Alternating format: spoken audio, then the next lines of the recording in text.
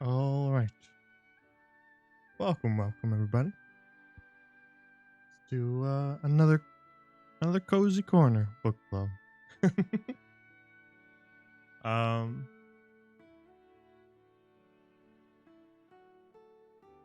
sorry you're late. Oh, I didn't notice. I was doing stuff too. So don't apologize for being late. I was also late. I had to go grab some stuff that I forgot, charger, stuff like that. um.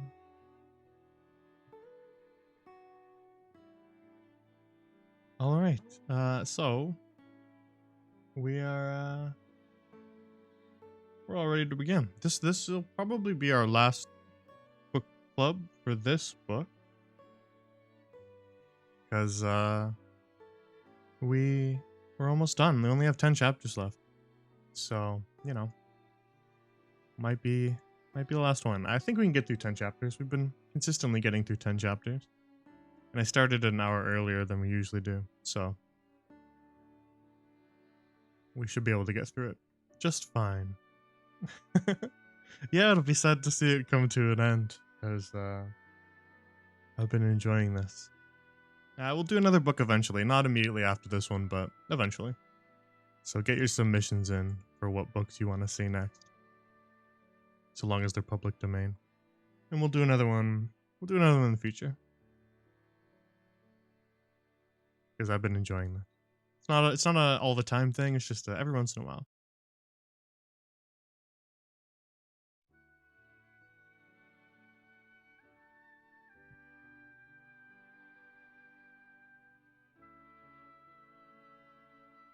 And we need to occupy a couple weeks with something.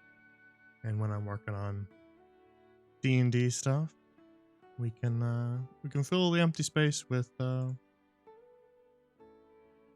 of these if we're not doing other things. So I think we can get back into it. I'll do another recap since this is our last stream. Might as well do another quick recap just in case anybody doesn't remember what's going on, or if all you VOD watchers don't remember because you took a break in between the two VODs, which would be reasonable. So yeah, we'll do a little recap, and then we'll get back into it. Yeah, 10 chapters left. So we'll see how long they are. If every single chapter is like the length of 2 chapters, then you know, maybe this will be split in half, but that's probably not the case. I think we'll be fine.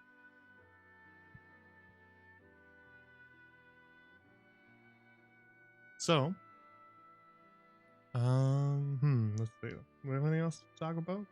Not really. No updates to do. I think we're ready and good to go. For those unfamiliar, and who are incapable of looking down at the stream title, this is the book we've been reading. Anne of Green Gables by L.M. Montgomery, Lucy Maud Montgomery. And it's a Canadian book, actually, interestingly enough. And it's from the early 1900s. So this book's over 100 years old now.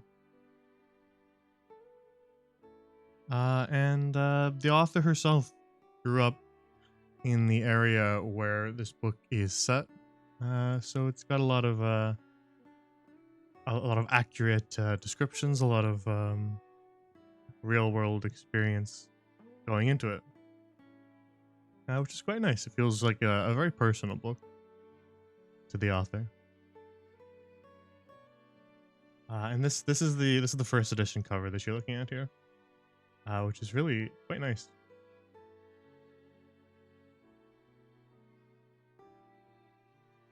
So let's put that back here on my desk.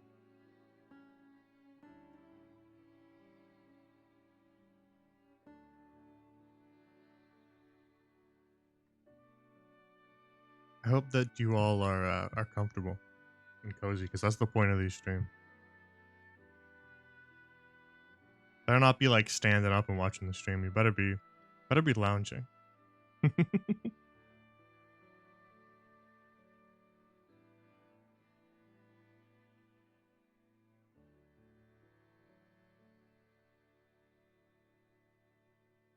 And make sure that you're brewing some tea or some coffee or something else that you enjoy. Maybe something more refreshing, something cool. Got a nice comfy sweater, or maybe if it's too hot for sweaters where you are, then don't wear the one. And we'll get going. We won't dawdle too much. But yeah. So I've got my I usually opt for tea during these streams, but I've done something different this time, since I figured this is gonna be our last one, right? This is gonna be our last one for Anne of Green Gables. So I figured I should do something different. Something more suited to the book itself, right?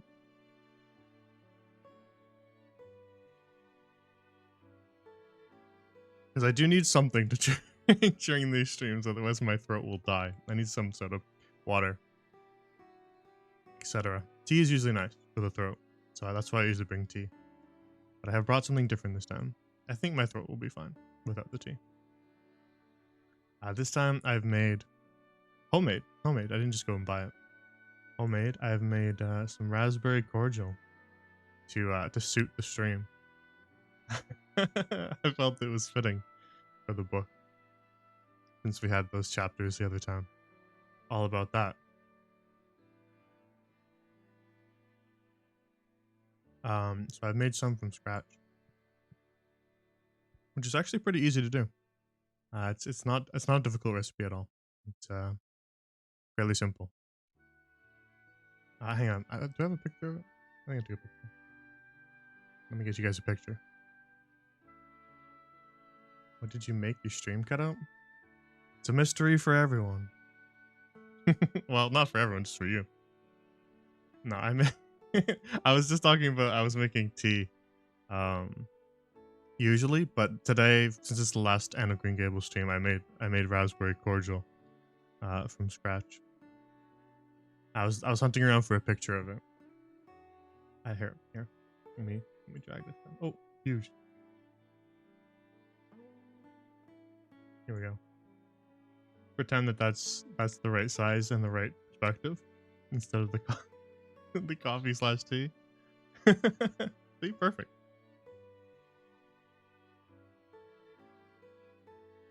So I'm drinking this tonight because it's more appropriate. I've not confused it with currant wine,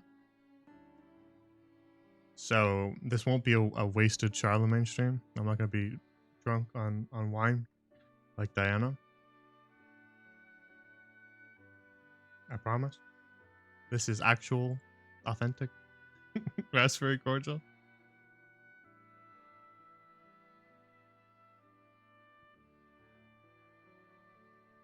And that is actually, that's the natural color. There's no food coloring in this. That's just the natural color it is when you use the real raspberries. That's the color they make it. Which is quite nice. So it looks like a health potion, I think. You put this into like the right kind of medieval looking bottle. It's basically just like any health potion from any video game. Dungeons and Dragons or maybe Diablo has that kind of health potion too. So hopefully the health potion will help me through and not it'll revive my throat so that it doesn't get too hoarse.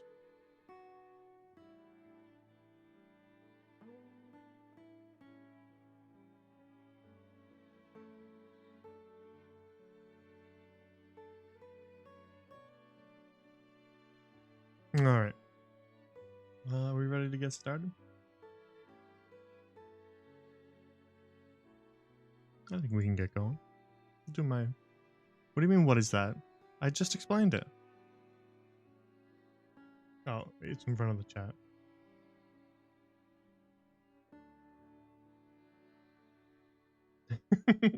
Your internet was dying. Are you gonna make me explain this again?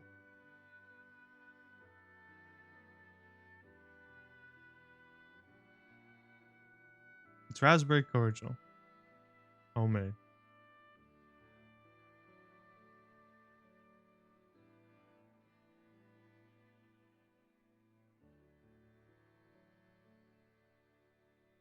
It is.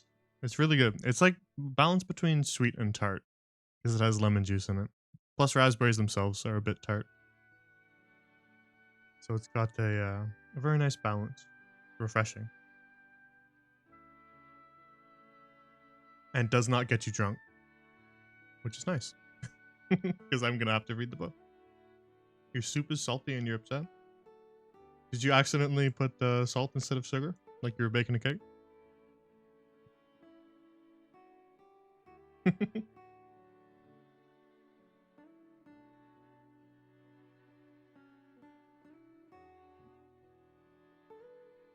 That's a very Anne thing to do, so it kind of does suit the stream, to be honest.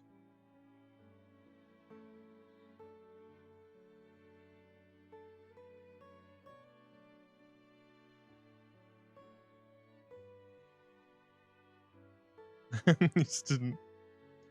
dilute the bouillon enough. Fair enough. Just dump a bunch of water in it. Easy. Watery soup. Nothing better. All right. So let's do our recap. Let's get back into it. Big sad? Yeah. Oh well. Just sprinkle a bit of sugar in it. That'll counteract the salt. Simple solutions. Big brain.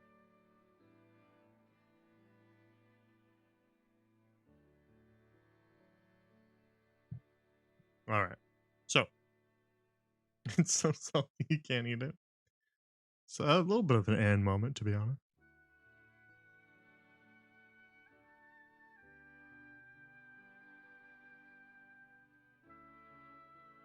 All right, where were we? We left off here.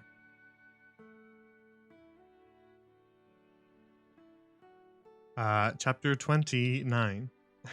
It always takes me a sec to figure out the Roman numerals, but we got them now.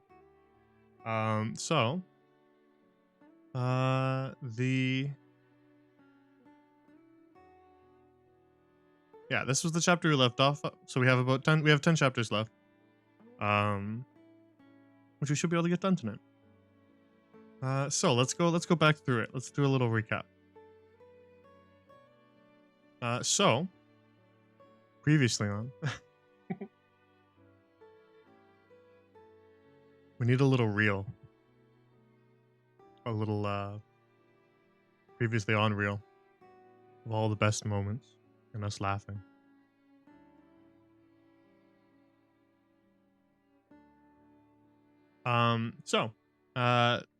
Previously on Anne of Green Gables, the Cuthbert brother and sister, Marilla and Matthew Cuthbert, put in for the adoption of a boy from a nearby orphanage. They live alone, both unmarried, on their farm in Avonlea, Prince Edward Island, which is a little island off the eastern coast of Canada, known for its characteristic red soil and rather idyllic nature setting. Getting a little bit older, both of them are in their 50s and 60s. Matthew and Marilla agreed that it would be best to get a boy to help work the farm. And so they put in for adoption at a agency in Nova Scotia and arranged for a boy to come and stay with them. But when Matthew that day went into the train station to pick up the orphan boy, he discovered that it was in fact a girl instead. There'd been a mix-up somewhere down the line, and they'd been sent a girl from the orphanage. Now Matthew knew that the girl wouldn't be able to help them at the farm, and that Marilla would not approve, as Marilla wanted to have a boy to help them with their farm work. And so he knew that she would be sent away, but he couldn't bear the burden himself, as he's a rather shy man, incapable of confrontation. He's a sweetheart, Matthew. And so he decided to take her back to Green Gables, their farm, their sort of farmstead there, and have Marilla tell her instead that she has to go away, because he didn't want to do the confrontation himself. And so he takes her back, but on the trip, he becomes rather endeared to her because she's talkative and she doesn't expect him to talk. She's capable of just talking on herself for forever, basically, and he appreciates that. And so they find that they get along quite well, Matthew and this young girl. But of course, Marilla doesn't want her to stay, and so at first Marilla wants to send her away, but over the course of a few days in which Anne has to stay at the farm, she softens on it and decides that she will let Anne stay at the farm, eventually letting her stay permanently. Now, Marilla's one condition is that she is going to raise Anne properly, give her a proper bringing up, as Anne has had lots of troubles in her past, being kind of sent around to different foster families that weren't exactly ideal. Um, and so Marilla decides to give her proper bringing up, including Sunday school and lessons on the church, but also uh, just sort of behavioral lessons, morals, and school itself, like the actual normal school. And so she runs into many different problems with Anne, as Anne is very headstrong and very proud, very prone to saying exactly what she's thinking without worrying too much about the consequences. And so Marilla has to teach Anne quite a few lessons, but as Marilla teaches Anne lessons, she finds out a little bit more about her own flaws, her own assumptions, and stuff like that. And so Marilla grows too as she begins to sort of mother Anne. Now Anne goes to Sunday school. She also goes to normal school, and at normal school, she not only makes a friend in Diana Barry, who lives in a farm nearby, and they find themselves to be quite close, and they're very good friends. Uh, and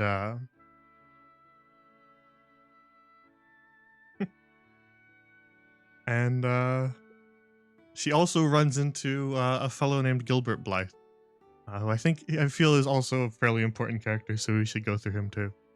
Now Gilbert is sort of a little bit of a mischievous troublemaker, but also very studious. He's smart. He gets good grades, but he's got a bit of a mischievous streak, and he likes to tease people. And he sort of teases people also to get attention as well. And so he teases Anne because he kind of enjoys her company and wants to get her to pay attention to him. But it doesn't go too well for him when he calls her carrots in reference to her red hair that she's rather insecure about. And so she quite cross with him about calling her carrots. He smashes her slate, her drawing slate over his head, and gets properly punished for that. Um, so from then on, she considers herself to be Gilbert Blythe's rival, and assumes that she will just never forgive him. And so she refuses to talk to him or even acknowledge his existence at all. But all the while, still attempts to compete with him in school. So anytime he gets a good grade, she resolves herself to beat him in that class and studies hard until she gets a higher grade on the next test. And then, of course, he sees that and enjoys competing with her, so he studies hard as well and tries to beat her. And so they have a rivalry that's going on that is hostile in only one direction. Anne is quite adamant about being angry at him, almost sort of forcing herself to be mad at him. Whereas Gilbert actually just likes her, genuinely enjoys her company, um, and thinks she's interesting. So he's not hostile at all towards her. But as things progress, and years pass by, and gets a little older, and they move on to different grades. Um, and gets into more trouble, including falling off a roof on a dare, and that was really, that's really funny. Remember when she fell off the roof because somebody dared her to walk on it, and then everybody was asking her if she was dead. She's like, "No, I'm just unconscious." That was great. And then she starts a story club in which, because she's really fascinated with writing, imagination, and stories, and herself. So she starts a story club with some of the other girls from school where they write little stories and discuss them. But unfortunately, that obsession turns into them sort of retelling a story in real life about this sad story where this dead lady, an Arthurian legend where the lady is floated down the river on the raft, and so she stands in for the lady floating down the raft. But unfortunately, they figure out that there's a hole in the bottom of the boat once they scrape over some stones, and so she begins to sink in the middle of the lake. But Gilbert actually saves her um, and pulls her out. Though she softens a little bit to his presence, but is still insistent that she should ignore him. Even despite everybody else saying like, "Anne, what are you doing?" That was this chapter here. That was the unfortunate Lily Mabe. It was her sinking in the water. So we're about here. We're at an epoch in Anne's life, so we can begin now. Welcome, Zeke. You're not late. We're just starting now.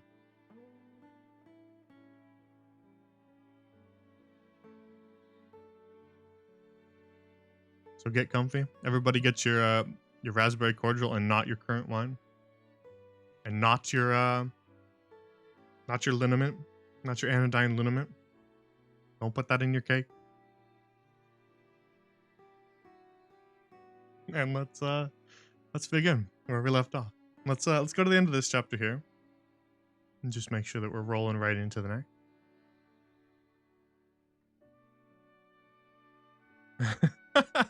She's so harsh. You want to drink anodyne liniment?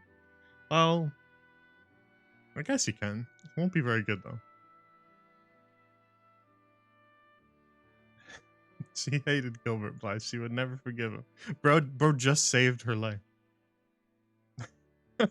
She's so harsh. Ah, yes, we ended with Matthew,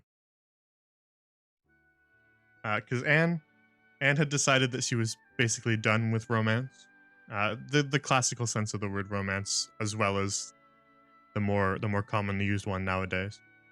Gilbert, let's be friends, Anne, die right now. Yeah, basically. She's sort of forcing herself to think that though. She softened on him a lot. And so Anne had decided that she was basically through with the romantic ideal of imagining your life to be something it's not. And Marilla was kind of like hopeful that would help her grow up to be a little more responsible, but Matthew just kind of said, "Don't give up all your romance, Anne. A little of it is a good thing, not too much, of course, but keep a little of it, Anne. Keep a little of it." And that was where we left off.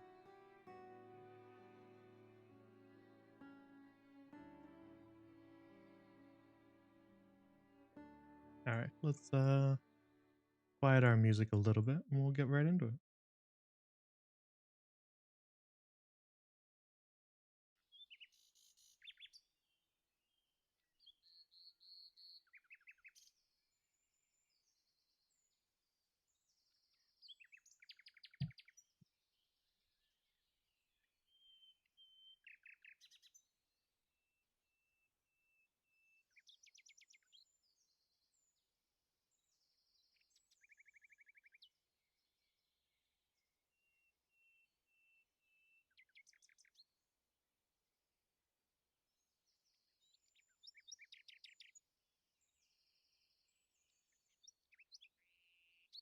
All right.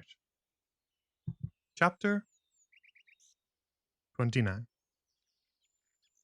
An epoch in Anne's life.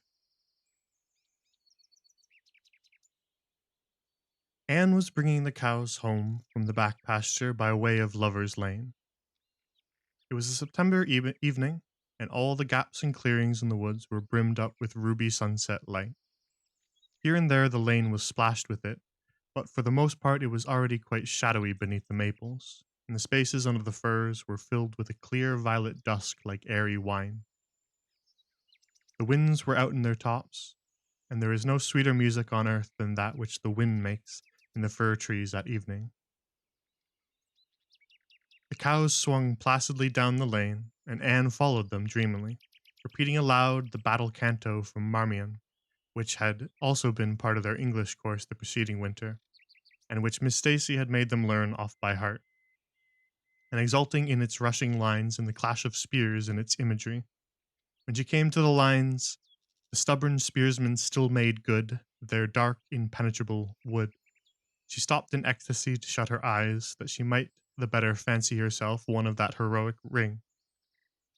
When she opened them again, it was to behold Diana coming through the gate that led into the berry field, and looking so important that Anne instantly divined there was news to be told.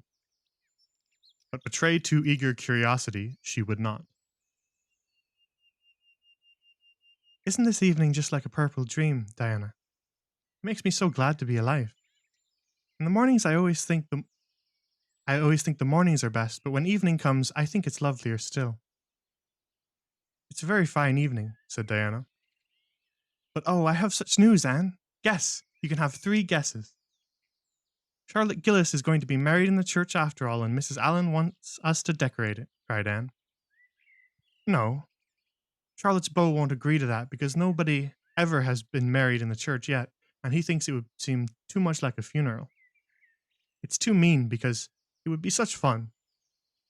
Guess again. Jane's mother is going to let her have a birthday party? Diana shook her head, her black eyes dancing with merriment. I can't think what it can be, said Anne in despair. Unless it's that moody Spurgeon Macpherson saw you home from prayer meeting last night. Did he? That's his name. What do you mean? That's his name. We've heard of that character before. I should think not, exclaimed Diana indignantly. I wouldn't be likely to boast of it if he did, the horrid creature. I knew you couldn't guess it. Mother had a letter from Aunt Josephine today, and Aunt Josephine wants you and me to go to town next Tuesday and stop with her for the exhibition.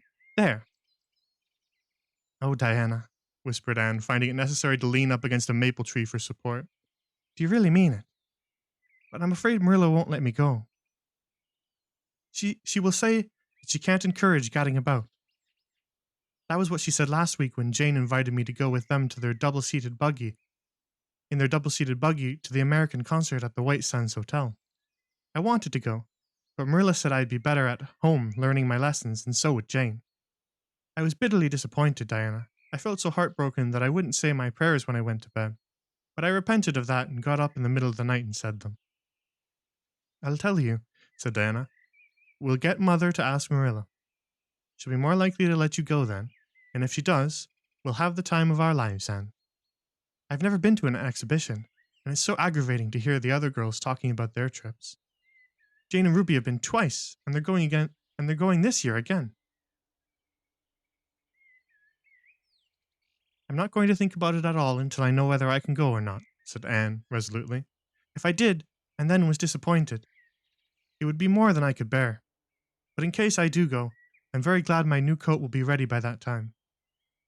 Marilla didn't think I needed a new coat. She said my old one would do very well for another winter, and that I ought to be satisfied with having a new dress. The dress is very pretty, Diana. Navy blue and made so fashionably.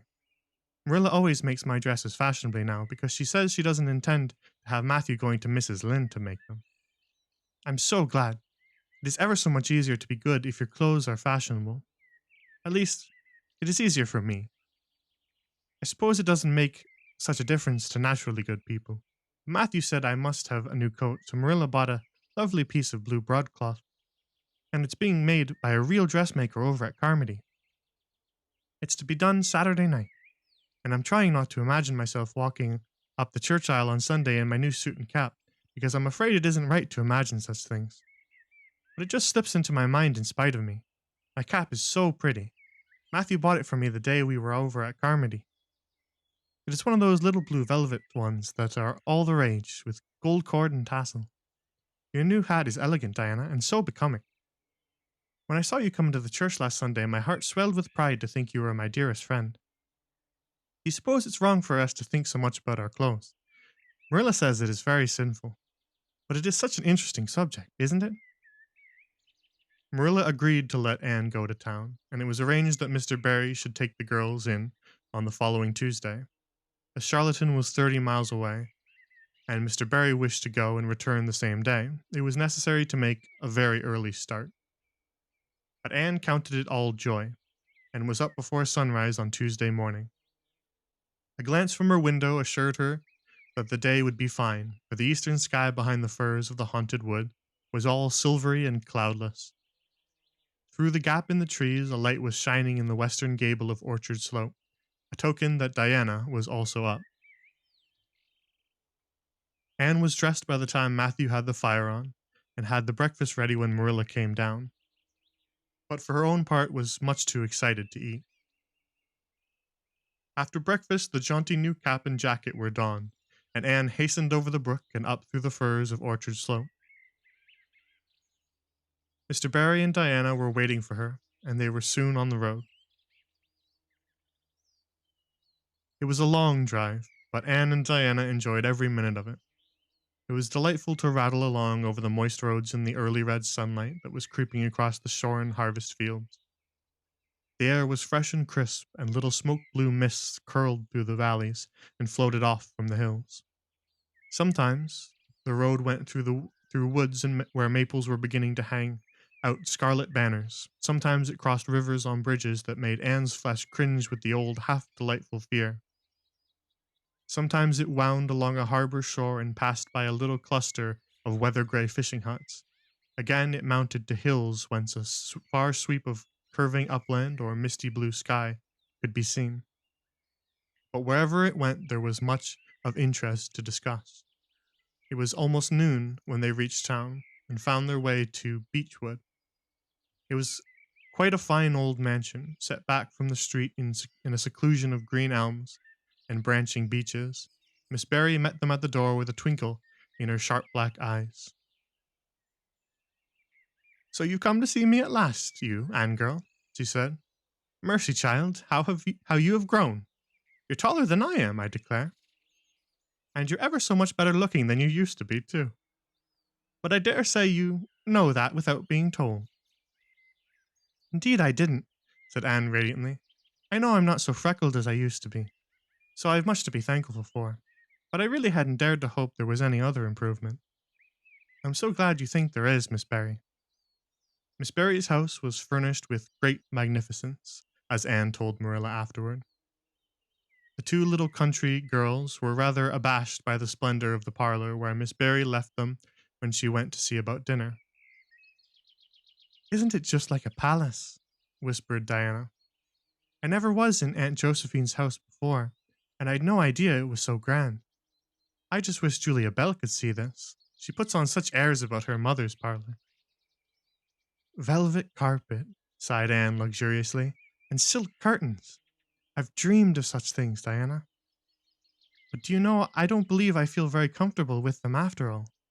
There are so many things in this room, and all so splendid, that there is no scope for imagination. That is one consolation when you are poor. There are so many more things you can imagine about." Their sojourn in town was something that Anne and Diana dated from for years. From first to last, it was crowded with delights. On Wednesday, Miss Barry took them to the exhibition grounds and kept them there all day. "It was splendid," Anne related to Marilla later on. "I never imagined anything so interesting. I don't really know which department was the most interesting. I think I liked the horses and the flowers and the fancy work best. Josie Pye took first prize for knitted lace. I was real glad she did. And I was glad that I felt glad, for it shows I'm improving, don't you think, Marilla? When I can rejoice in Josie's success." Mr. Harmon Andrews took second prize for Gravenstein apples, and Mr. Bell took first prize for a pig. Diana said she thought it was ridiculous for a Sunday school superintendent to take a prize in pigs, but I don't see why. Do you?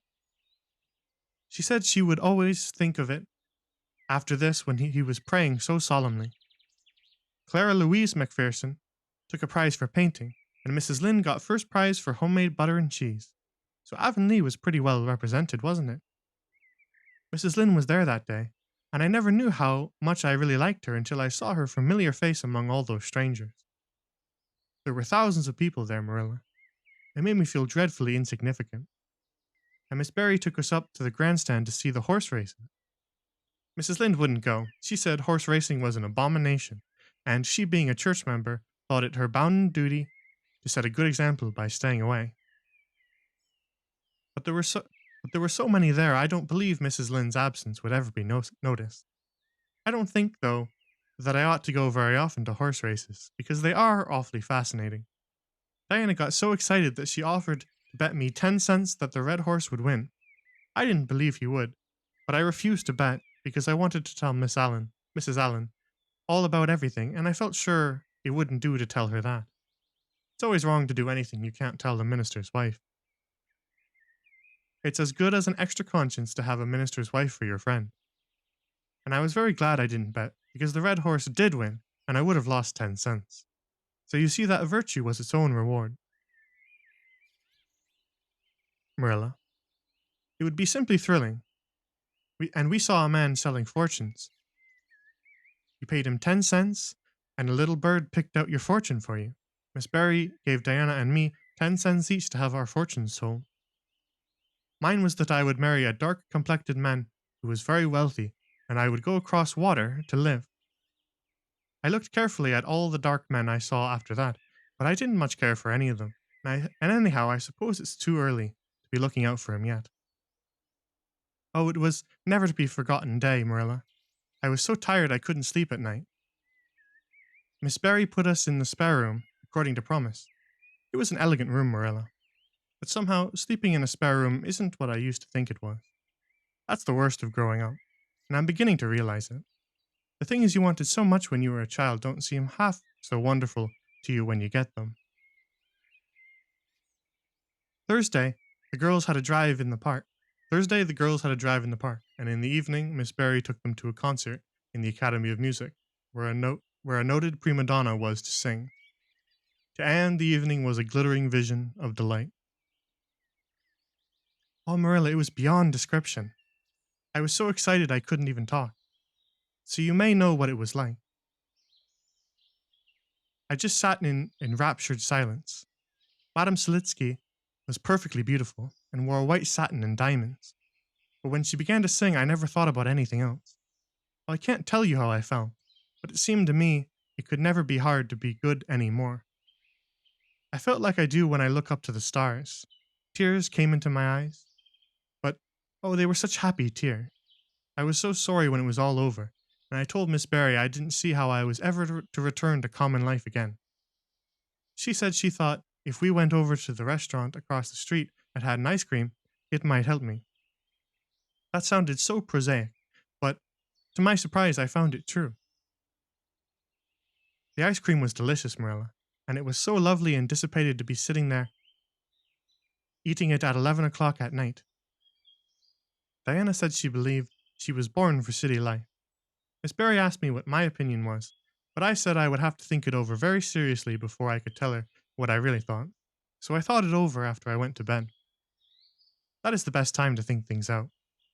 And I came to the conclusion, Marilla, that I wasn't born for city life and that I was glad of it. It's nice to be eating ice cream at brilliant restaurants at 11 o'clock at night once in a while, but as a regular thing, I'd rather be in the East Gable at 11, sound asleep, but kind of knowing, even in my sleep, that the stars were shining outside and that the wind was blowing in the firs across the brook. Miss Barry generally laughed at anything I said, even when I said the most solemn things. I don't think I liked it, Marilla, because I wasn't trying to be funny, but she is a most hospitable lady and treated us royally. Friday brought going home time, and Mr. Barry drove in for the girls. Well, I hope you've enjoyed yourselves, said Miss Barry, as she bade them goodbye. Indeed we have, said Diana. And you, Anne girl? I've enjoyed every minute of the time, said Anne, throwing her arms impulsively about the old woman's neck and kissing her wrinkled cheek. Diana would never have dared to do such a thing and felt rather aghast at Anne's freedom. But Miss Barry was pleased, and she stood on her veranda and watched the buggy out of sight. Then she went back into her big house with a sigh. It seemed very lonely, lacking those fresh young lives. Miss Barry was a rather selfish old lady, if the truth must be told, and had never cared much for anybody but herself. She valued people only as they were of service to her or amused her. Anne had amused her, and consequently stood high in the old lady's good graces. But Miss Barry found herself thinking less about Anne's quaint speeches than of her fresh enthusiasms, her transparent emotions, her little winning ways, and the sweetness of her eyes and lips. I thought Marilla Cuthbert was an old fool when I heard she'd adopted a girl out of an orphan asylum, she said to herself. But I guess she didn't make much of a mistake after all. If I'd a child like Anne in the house all the time, I'd be a better and happier woman. Anne and Diana found the drive home as pleasant as the drive in. Pleasanter, indeed, since there was the delightful consciousness of home waiting at the end of it. It was sunset when they passed through white sands and turned into the shore road. Beyond, the Avonlea hills came out darkly against the saffron sky. Behind them, the moon was rising out of the sea, that grew all radiant and transfigured in her light. Every little cove along the curving road was a marvel of dancing ripples. The waves broke with a soft swish on the rocks below them, and the tang of the sea was in the strong, fresh air. Oh, but it's good to be alive and to be going home, breathed Anne. When she crossed the log bridge over the brook, the kitchen light of Green Gables winked her a friendly welcome back, and through the open door shone the hearth fire, sending out its warm red glow athwart the chilly autumn night. Anne ran blithely up the hill and into the kitchen, where a hot supper was waiting on the table. So, you've got back, said Marilla, folding up her knitting. Yes, and oh, it's so good to be back, said Anne joyously. I could kiss everything, even to the clock. Marilla, a broiled chicken? You don't mean to say you cooked that for me? Yes, I did, said Marilla. I thought you'd be hungry after such a drive and need something real appetizing. Hurry and take off your things, and we'll have supper as soon as Matthew comes in. I'm glad you got back, I must say. It's been fearful lonesome here without you, and I never put in 4 longer days. After supper, Anne sat before the fire between Matthew and Marilla and gave them a full account of her visit. I've had such a splendid time, she concluded happily, and I feel that it marks an epoch in my life. But the best of it all was the coming home. End of chapter.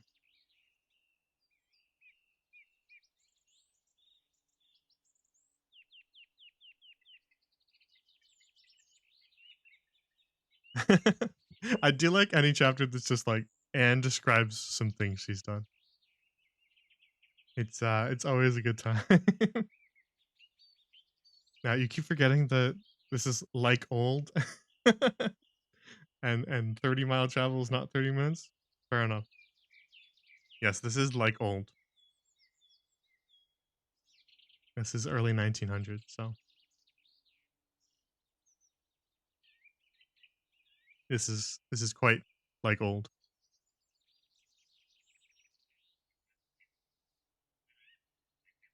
Well, to be fair, I don't think they've actually said the year, but um, the book came out in like 1908 or something like that. Forget the exact number. Um, so if she is relating this to her childhood, then perhaps it could be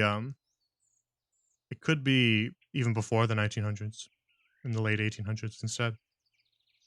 If she's imagining this to be kind of similar to her own childhood, the author. I don't think it's old because I'm 600, true. But for you, it's old. Yeah, this book is 100 years old, so it's sometimes easier to forget that because it's so compelling, but it is quite an old book.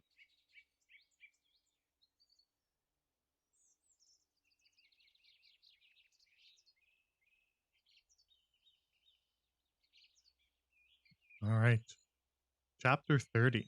Shall we go? Shall we continue?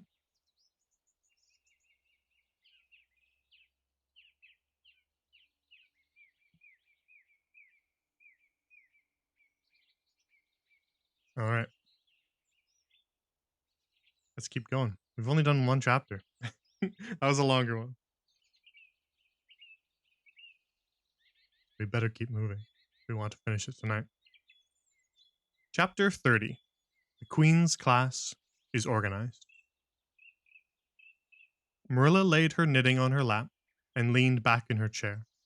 Her eyes were tired, and she thought vaguely that she must see about having her glasses changed the next time she went to town, for her eyes had grown tired very often of late. It was nearly dark, for the full November twilight had fallen around Green Gable, and the only light in the kitchen came from the dancing red flames in the stove. Anne was curled up Turk fashion on the hearthrug, gazing into that joyous glow where the sunshine of 100 summers was being distilled from the maple cordwood. She had been reading, but her book had slipped to the floor, and now she was dreaming, with a smile on her parted lips. Glittering castles in Spain were shaping themselves out of the red mist and rainbows of her lively fancy. Adventures wonderful and enthralling were happening to her in Cloudland. Adventures that always turned out triumphantly and never involved her in scrapes like those of actual life. Marilla looked at her with a tenderness that would never have been suffered to reveal itself in any clearer light than that soft mingling of fireshine and shadow. The lesson of a love that should display itself easily, in spoken word and open look, was one Marilla could never learn. But she had learned to love this slim, gray eyed girl with an affection all the deeper and stronger from its very undemonstrativeness. Her love made her afraid of being unduly indulgent indeed. She had an uneasy feeling that it was rather sinful to set one's heart so intensely on any human creature as she had set hers on Anne, and perhaps she performed a sort of unconscious penance for this by being stricter and more critical than if the girl had been less dear to her. Certainly Anne herself had no idea how Marilla loved her. She sometimes thought wistfully that Marilla was very hard to please and distinctly lacking in sympathy and understanding, but she always checked the thought reproachfully, remembering what she owed to Marilla. "Anne," said Marilla abruptly, "Miss Stacy was here this afternoon when you were out with Diana." Anne came back from her other world with a start and sigh. "Was she? Oh, I'm sorry I wasn't in. Why didn't you call me, Marilla? Diana and I were only over in Haunted Wood. It's lovely in the woods now. All the little wood things, the ferns, and the satin leaves, and the crackerberries, have gone to sleep, just as if somebody had tucked them away until spring, under a blanket of leaves. I think it was a little gray fairy, with a rainbow scarf that came tiptoeing along the last moonlight night and did it. Diana wouldn't say much about that, though. Diana has never forgotten the scolding her mother gave her about imagining ghosts into the haunted wood. It had a very bad effect on Diana's imagination. It blighted it. Mrs. Lynde says Myrtle Bell is a blighted being. I asked Ruby Gillis why Myrtle was blighted, and Ruby said she guessed it was because her young man had gone back on her. Ruby Gillis thinks of nothing but young men. And the older she gets, the worse she is. Young men are all very well in their place, but it doesn't do to drag them into everything, does it? Diana and I are thinking seriously of promising each other that we will never marry and be nice old maids and live together forever. Diana hasn't quite made up her mind, though, because she thinks perhaps it would be nobler to marry some wild, dashing, wicked young man and reform him. Diana and I talk a great deal about serious subjects now, you know. We feel that we are so much older than we used to be, and that it isn't becoming to talk of childish matters. It's such a solemn thing to be almost 14, Marilla. Miss Stacy took all us girls who are in our teens down to the brook last Wednesday and talked to us about it. She said we couldn't be too careful what habits we formed and what ideals we acquired in our teens, because by the time we were 20, our characters would be developed and the foundation laid for our whole future life. And she said if the foundation was shaky, we could never build anything really worthwhile on it. Diana and I talked the matter over coming home from school. We felt extremely solemn, Marilla, and we decided that we would try to be very careful indeed and form respectable habits and learn all we could and be as sensible as possible, so that by the time we were 20, our characters would be properly developed. It's perfectly appalling to think of being 20, Marilla. It sounds so fearfully old and grown up. But why was Miss Stacy here this afternoon? She just finally gets back to the actual question. That is what I want to tell you, Anne, if you'll ever give me a chance to get a word in edgewise. She was talking about you. About me? Anne looked rather scared. Then she flushed and exclaimed, "Oh, I know what she was saying. I meant to tell you, Marilla. Honestly, I did, but I forgot. Miss Stacy caught me reading Ben-Hur in school yesterday afternoon when I should have been studying my Canadian history. Jane Andrews lent it to me. I was reading it at dinner hour, and I had just got to the chariot race when school went in. I was simply wild to know how it turned out, although I felt sure Ben-Hur must win, because it wouldn't be poetical justice if he didn't. So I spread the history open on my desk lid and then tucked Ben-Hur between the desk and my knee. I just looked as if I were studying Canadian history, you know, while all the while I was reveling in Ben-Hur. I was so interested in it But I never noticed Miss Stacy coming down the aisle until all at once I just looked up, and there she was looking down at me, so reproachful like. I can't tell you how ashamed I felt, Marilla, especially when I heard Josie Pye giggling. Miss Stacy took Ben Hur away, but she never said a word then. She kept me in at recess and talked to me. She said I had done very wrong in two respects. First, I was wasting the time I ought to have put on my studies, and secondly, I was deceiving my teacher in trying to make it appear I was reading a history, when it was a storybook instead. I had never realized until that moment, Marilla, that what I was doing was deceitful. I was shocked. I cried bitterly and asked Miss Stacy to forgive me, and I never do such a thing again. And I offered to do penance by never so much as looking at Ben Hur for a whole week, not even to see how the chariot race turned out. But Miss Stacy said she wouldn't require that, and that she forgave me freely. So I think it wasn't very kind of her to come up here to tell you about it after all. Miss Stacy never mentioned such a thing to me, Anne, and it's only your guilty conscience that's the matter with you. You have no business to be taking storybooks to school. You read too many novels anyhow. When I was a girl, I wasn't so much as allowed to look at a novel. Oh, how can you call Ben Hur a novel when it's really such a religious book? Protested Anne. Of course, it's a little too exciting to be proper reading for Sunday, and I only read it on weekdays. And I never read any book now unless either Miss Stacy or Mrs. Allen thinks it is a proper book for a girl 13 3/4 to read. Miss Stacy made me promise that. She found me reading a book one day called The Lurid Mystery of the Haunted Hall. It was one Ruby Gillis had lent me, and oh Marilla, it was so fascinating and creepy. It just curdled the blood in my veins. But Miss Stacy said it was a very silly, unwholesome book, and she asked me not to read any more of it, or any like it. I didn't mind promising not to read any more like it, but it was so agonizing to give back that book without knowing how it turned out. But my love for Miss Stacy stood the test, and I did. It's really wonderful, Marilla, what you can do when you're truly anxious to please a certain person. Well, I guess I'll light the lamp and get to work, said Marilla. I see plainly that you don't want to hear what Miss Stacy had to say. You're more interested in the sound of your own tongue than anything else. Oh, indeed, Marilla, I do want to hear it, cried Anne contritely. I won't say another word, not one. I know I talk too much, but I am really trying to overcome it. And although I say far too much, yet, if you only knew how many things I want to say and don't, you'd give me some credit for it. Please tell me, Marilla. Well, Miss Stacy wants to organize a class among her advanced students who mean to study for the entrance examination into Queen's. She intends to give them extra lessons for an hour after school, and she came to ask Matthew and me if we would like to have you join it. What do you think about it yourself, Anne? Would you like to go to Queen's and pass for a teacher? Oh, Marilla! Anne straightened to her knees and clasped her hands. It's been the dream of my life. That is, for the last 6 months, ever since Ruby and Jane began to talk of studying for the entrance. But I didn't say anything about it, because I supposed it would be perfectly useless. I'd love to be a teacher. But won't it be dreadfully expensive? Mr. Andrews says it cost him $150 to put Prissy through, and Prissy wasn't a dunce in geometry. I guess you needn't worry about that part of it. When Matthew and I took you to bring up, we resolved we would do the best we could for you and give you a good education. I believe in a girl being fitted to earn her own living, whether she has to or not. You'll always have a home at Green Gables as long as Matthew and I are here, but nobody knows what is going to happen in this uncertain world, and it's just as well to be prepared.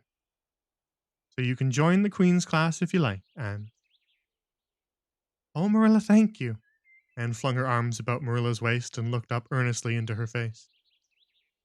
I'm extremely grateful to you and Matthew, and I'll study as hard as I can and do my very best to be a credit to you.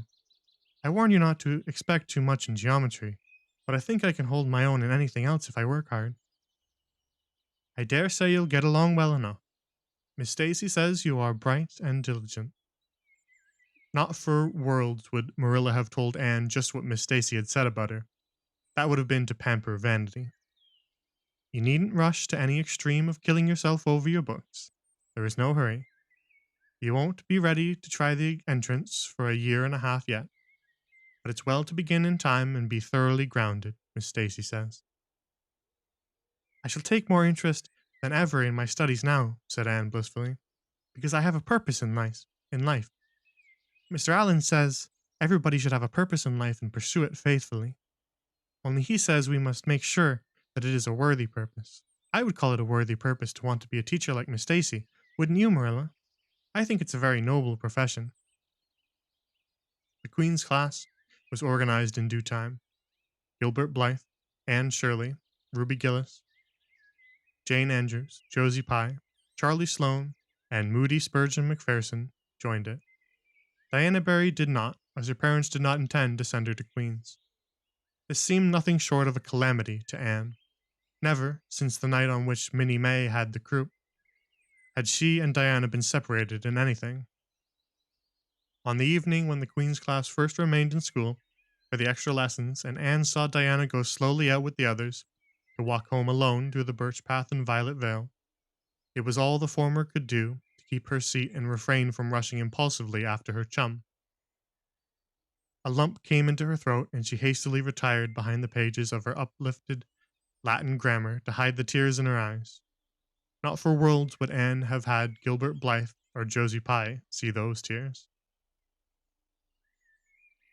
But oh, Marilla, I really felt that I had tasted the bitterness of death, as Mr. Allen said in his sermon last Sunday, when I saw Diana go out alone. She said mournfully that night, I thought how splendid it would have been if Diana had only been going to study for the entrance too. We can't have things perfect in this imperfect world, as Mrs. Lynde says. Mrs. Lynde isn't exactly a comforting person sometimes, but there's no doubt she says a great many very true things. And I think the Queen's class is going to be extremely interesting. Jane and Ruby are just going to study to be teachers. That is the height of their ambition. Ruby says she will only teach for 2 years after she gets through, and then she intends to be married. Jane says she will devote her whole life to teaching and never, never marry. Because you're paid a salary for teaching, but a husband won't pay you anything, and growls if you ask for a share in the egg and butter money.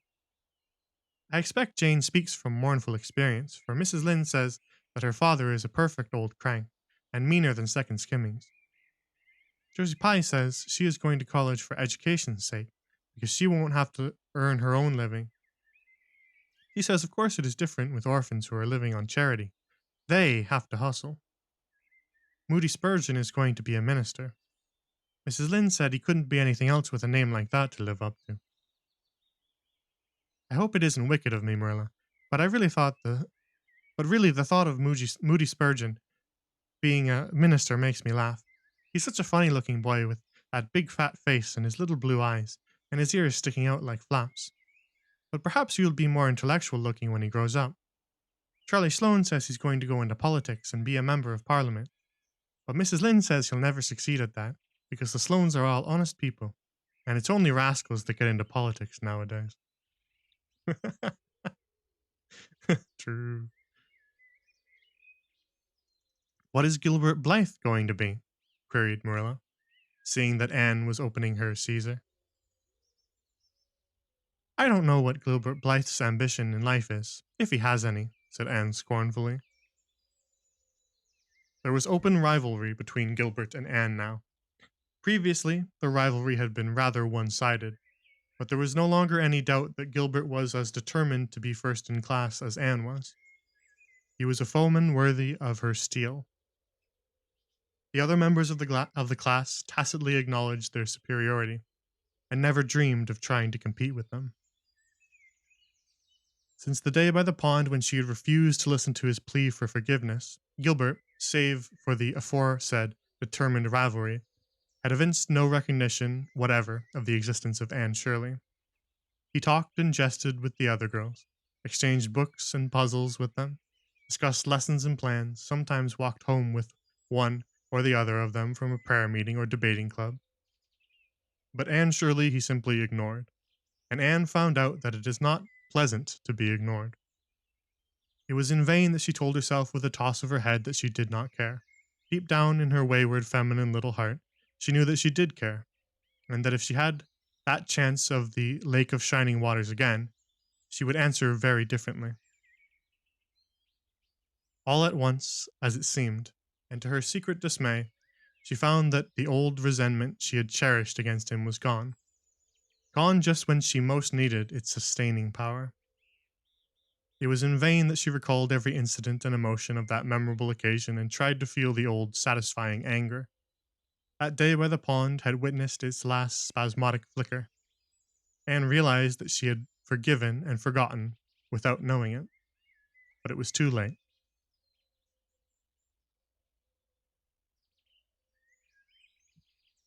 And at least, neither Gilbert nor anybody else, not even Diana, should ever suspect how sorry she was and how much she wished she hadn't been so proud and horrid. She determined to shroud her feelings in deepest oblivion, and it may be stated here and now that she did it so successfully that Gilbert, who possibly was not quite so indifferent as he seemed, could not console himself with any belief that Anne felt his retaliatory scorn. The only poor comfort he had was that she snubbed Charlie Sloane, unmercifully, continually, and undeservedly. Otherwise, the winter passed away in a round of pleasant duties and studies. For Anne, the days slipped by like golden beads on the necklace of the year. She was happy, eager, interested. There were lessons to be learned and honor to be won, delightful books to read, new pieces to be practiced for the Sunday school choir, pleasant Saturday afternoons in the manse with Mrs. Allen. And then, almost before Anne realized it, spring had come again to Green Gables, and all the world was abloom once more. Studies palled just a wee bit then. The Queen's class, left behind in school while the others scattered to green lanes and leafy wood cuts and meadow byways, looked wistfully out of the windows and discovered that Latin verbs and French exercises had somehow lost the tang and zest they had possessed in the crisp winter months. Even Anne and Gilbert lagged and grew indifferent. Teacher and taught were alike glad when the term was ended and the glad vacation days stretched rosily before them. But you've done good work this past year, Miss Stacy told them on the last evening, and you deserve a good jolly vacation. Have the best time you can in the out-of-door world, and lay in a good stock of health and vitality and ambition to carry you through the next year. It will be the tug of war, you know. The last year before the entrance.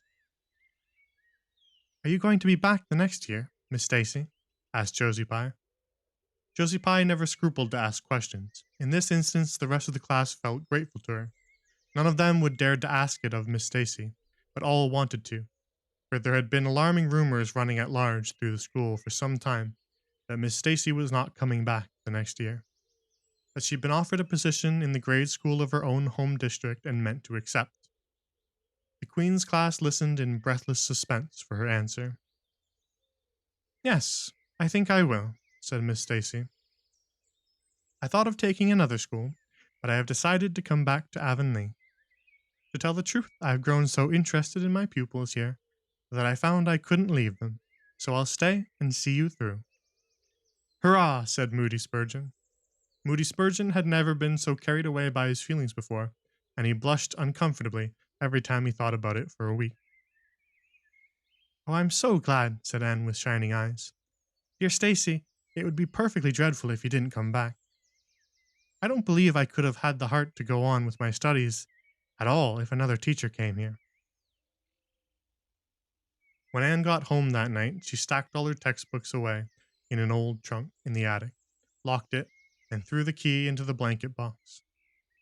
I'm not even going to look at a school book in vacation, she told Marilla. I studied as hard all the term as I possibly could, and I've pored over that geometry until I know every proposition in the first book off by heart, even when the letters are changed. I just feel tired of everything sensible, and I'm going to let my imagination run riot for the summer. Oh, you needn't be alarmed, Marilla. I'll only let it run riot within reasonable limits. But I want to have a real good jolly time this summer, for maybe it's the last summer I'll be a little girl. Mrs. Lynde says that if I keep stretching out next year, as I've done this, I'll have to put on longer skirts. She says I'm running to legs and eyes, and when I put on longer skirts, I shall feel that I have to live up to them and be very dignified. It won't even do to believe in fairies then, I'm afraid.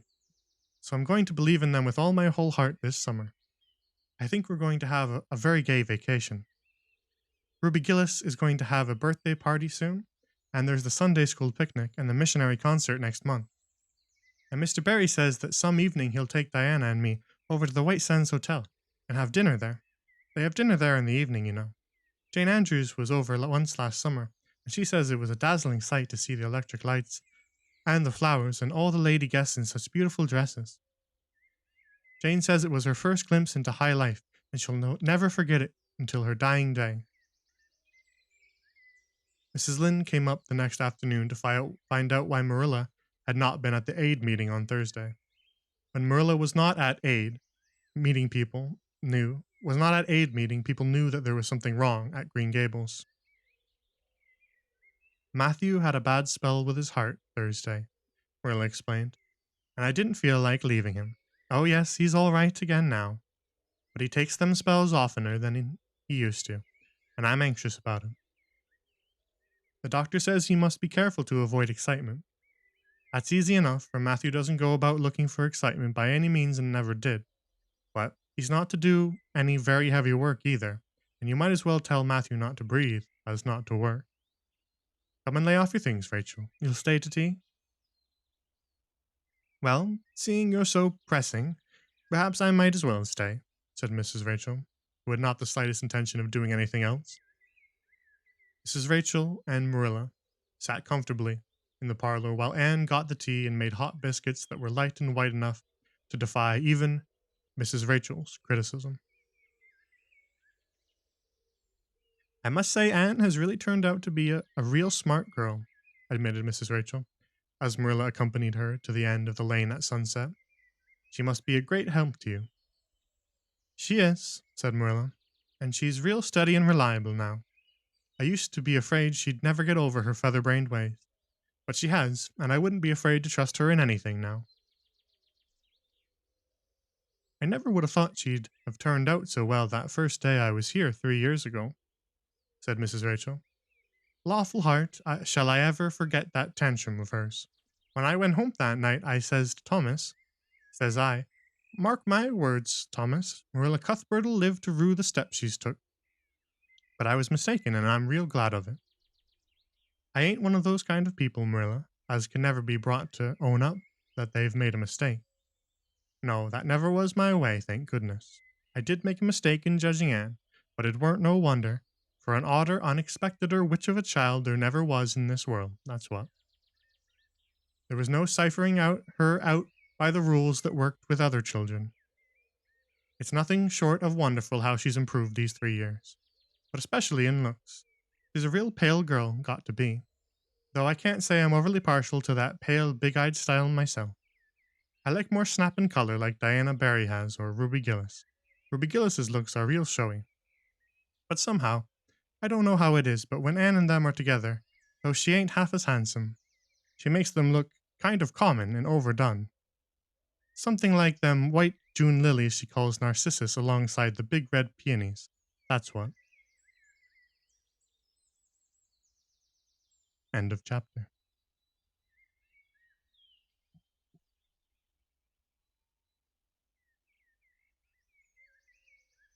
There's quite a progression in time across. It's been 3 years already.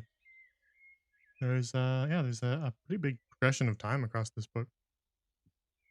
Kind of feels like it slips by because she does it quite naturally. But you do kind of feel like time is passing. People are growing up. People are getting older. It doesn't feel like there's just like some major like time skip in the middle of the book where it's like 3 years later, you know? It all just kind of slips naturally into the other. We move between sort of months at a time. She'll often just be like, and then it was spring again. And it's just kind of like, all right, we're moving. Keep up. But I think it's reasonable because she's covering basically like most of Anne's childhood in this book. And so she skips like school terms in single chapters and stuff like that, which makes sense.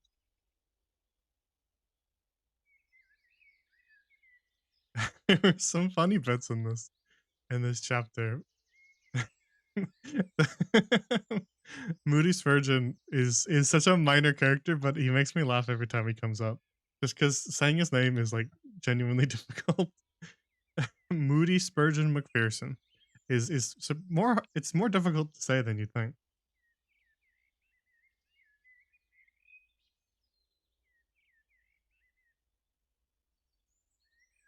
And and get, and getting her comeuppance when Gilbert just starts immediately ignoring her after the events of the lake, and she's like, "Wait a sec, wait a sec, it really sucks to be ignored by people. Hang on." After she's been doing it to him for like 3 years now, she's been ignoring the poor guy for 3 straight years, and then he finally starts ignoring her, and she's like, "Man, this kind of sucks." Whoops.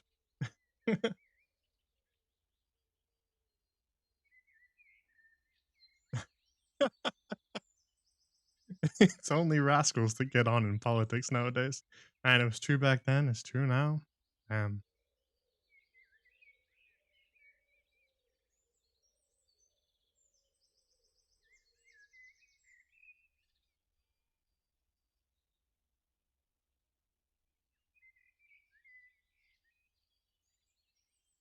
all right, let's keep going.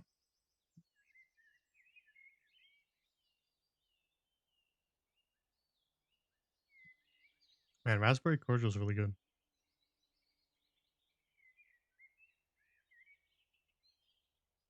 Chapter 31, Where the Brook and River Meet. Anne had her good summer and enjoyed it wholeheartedly. She and Diana fairly lived outdoors, reveling in all the delights that Lover's Lane and the Dryad's Bubble and Willowmere and Victoria Island afforded. Marilla offered no objections to Anne's gypsying. Spencervale doctor, who had come the night Minnie May had the croup, met Anne at the house of a patient one afternoon, early in vacation, looked her over sharply, screwed up his mouth, shook his head, and sent a message to Marilla Cuthbert by another person. It was, "Keep that red-headed girl of yours in the open air all summer, and don't let her read books until she gets more spring in her step." This message frightened Marilla wholesomely. She read Anne's death warrant by consumption in it, unless it was scrupulously obeyed. As a result, Anne had the golden summer of her life, as far as freedom and frolic went. She walked, rode, buried, and dreamed to her heart's content, and when September came, she was bright eyed and alert, with a step that would have satisfied the Spencervale doctor, and a heart full of ambition and zest once more. "I feel like just studying with a might and main," she declared, as she brought her books down from the attic. "Oh, you good old friends. I'm glad to see your honest faces once more. Yes, even you, geometry. I've had a perfectly beautiful summer, Marilla, and now I'm rejoicing as a strong man to run a race, as Mr. Allen said last Sunday. Doesn't Mr. Allen preach magnificent sermons? Mrs. Lynde says he is improving every day, and the first thing we know, some city church will gobble him up, and then we'll be left and have to turn to and break in another green preacher. But I don't see the use of meeting trouble halfway, do you, Marilla? I think it would be better just to enjoy Mr. Allen while we have him. If I were a man, I think I'd be a minister. They can have such an influence for good, if their theology is sound. And it must be thrilling to preach splendid sermons and stir your hearers' hearts. Why can't women be ministers, Marilla? I asked Mrs. Lynde that, and she was shocked and said it would be a scandalous thing. She said there might be female ministers in the States. She believed there was, but thank goodness we hadn't got to that stage in Canada yet.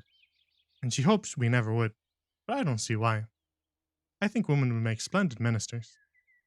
When there is a social to be got up, or a church tea, or anything else to raise money, the women have to turn to and do the work. I'm sure Mrs. Lynde can pray every bit as well as Superintendent Bell, and I've no doubt she could preach too with a little practice. Yes, I believe she could, said Marilla dryly. She does plenty of unofficial preaching as it is. Nobody has much of a chance to go wrong in Avonlea with Rachel to oversee them. Marilla, said Anne in a burst of confidence, I want to tell you something and ask you what you think about it. It has worried me terribly. On Sunday afternoons, that is, when I think specially about such matters. I do really want to be good. And when I'm with you or Mrs. Allen or Miss Stacy, I want it to be more than ever, and I want to do just what would please you and what you would approve of. But mostly when I'm with Mrs. Lynde, I feel desperately wicked, as if I wanted to go and do the very thing she tells me I oughtn't to do. I feel irresistibly tempted to do it. Now, what do you think is the reason I feel like that? Do you think it's because I'm really bad and unregenerate? Marilla looked dubious for a moment, then she laughed. If you are, I guess I am too, Anne, for Rachel often has that very effect on me. I sometimes think she'd have more of an influence, for good, as you say yourself, if she didn't keep nagging people to do right.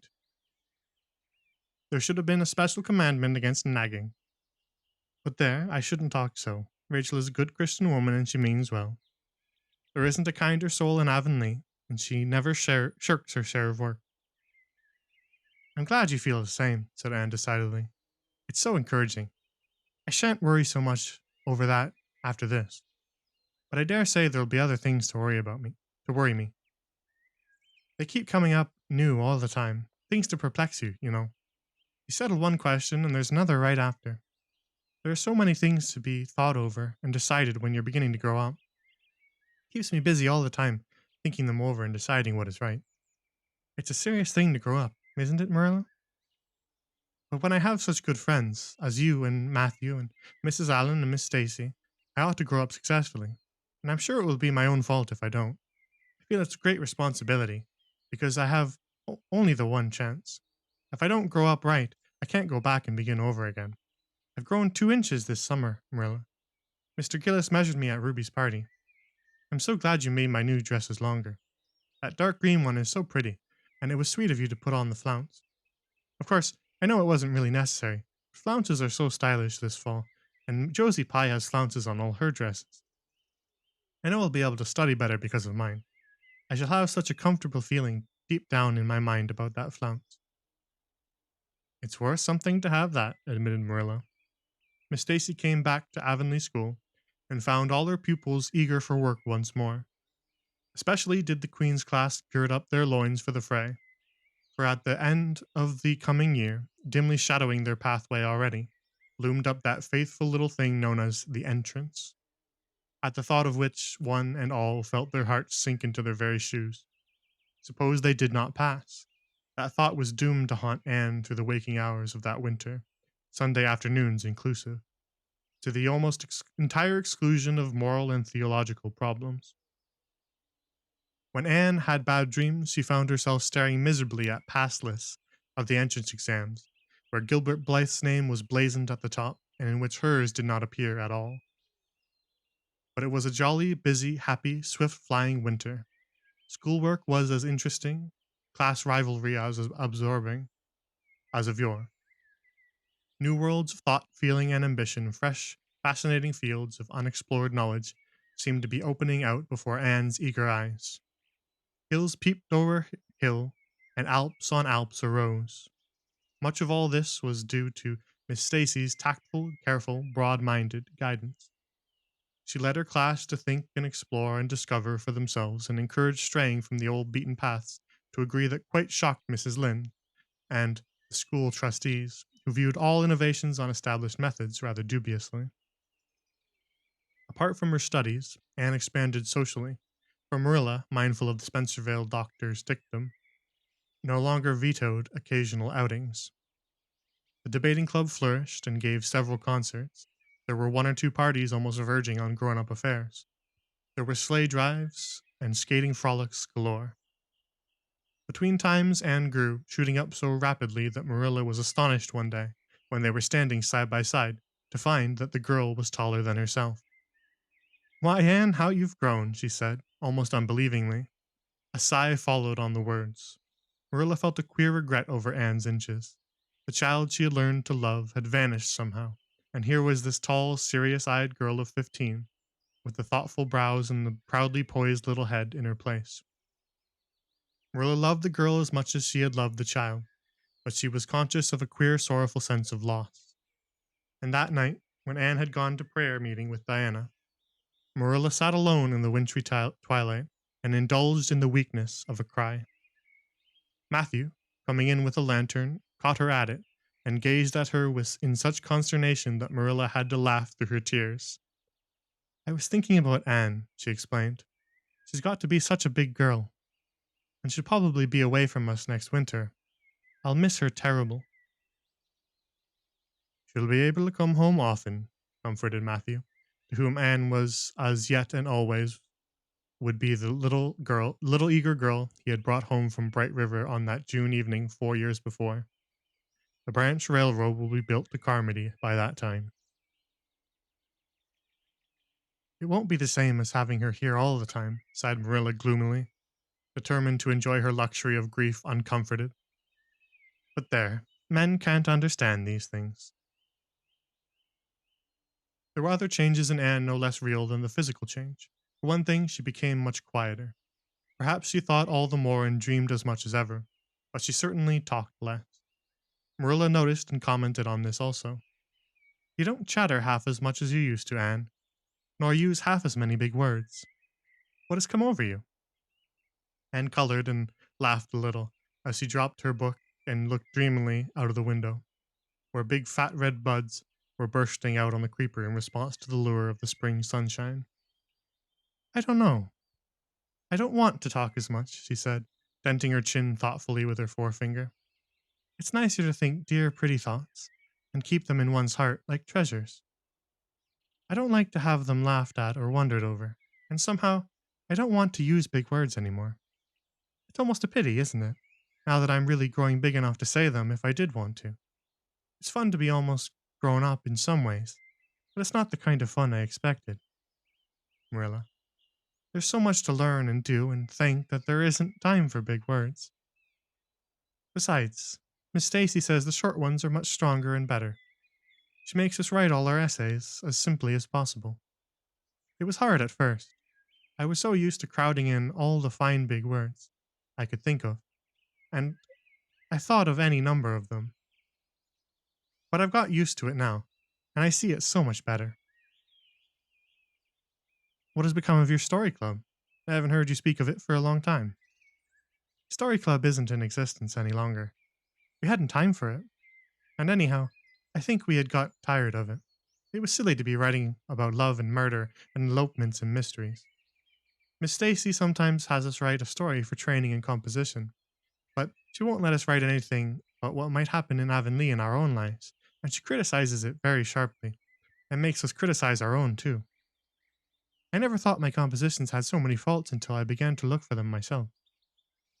I felt so ashamed I wanted to give up altogether, but Miss Stacy said I could learn to write well if I only trained myself to be my own severest critic. And so I am trying to.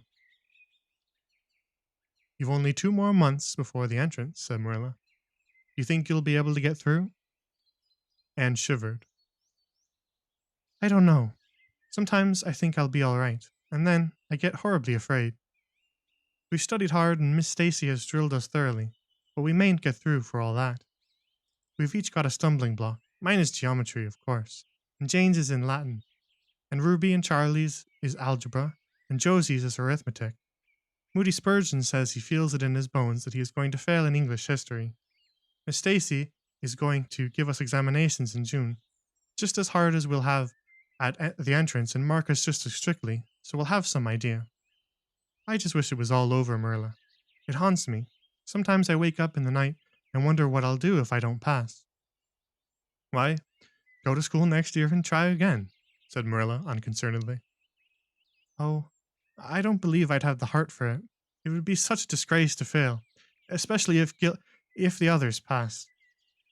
And I get so nervous in an examination that I'm likely to make a mess of it. I wish I had the nerves like Jane Andrews. Nothing rattles her. Anne sighed and, dragging her eyes from the witcheries of the spring world, the beckoning day of breeze and blue, and the green things upspringing in the garden, buried herself resolutely in her book. There would be other springs, but if she did not succeed in passing the entrance, Anne felt convinced that she would never recover sufficiently to enjoy them. End of chapter. Your soup is still salty.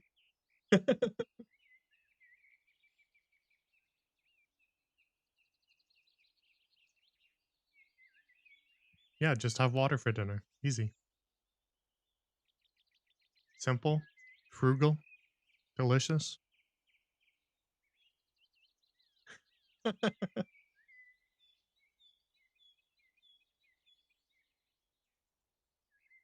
It is interesting to watch like the characters get older.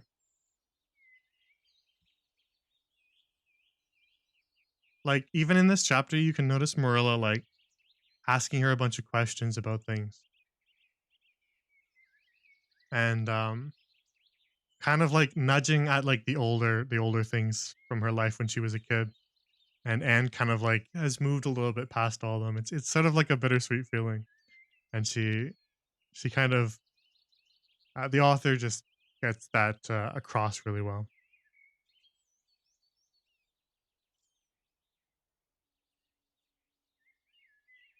But she's still doing the thing. She's still doing the thing where she starts to talk about Gilbert and then cuts herself off and just talks about the group instead. She's still doing that. So she's not that much older. She's still she's still got that petty rivalry. Which is funny because he's ignoring her now too. After she was kind of really rude to him after he saved her at the lake, he started ignoring her, and then she's like, "Damn, being ignored really sucks, huh?" But she's doing her best to not be mad about it. She was even trying to like summon back her old anger so that she wouldn't be mad about Gilbert ignoring her, but she couldn't do it. They've kind of flipped places now, which is funny.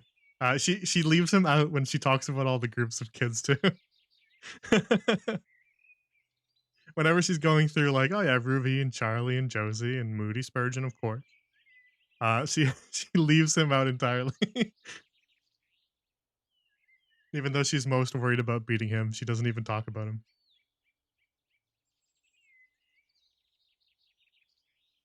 I like little things like that. Little details. Ooh. Uh oh. That's always a nerve wracking title. Basically, for anybody who has just been to school before, that's nerve wracking. Uh oh, grades are out. Uh oh. I think this is very relatable. This section of the book. It's just like her being nervous about passing final exams. I feel like literally everybody everybody can relate to that.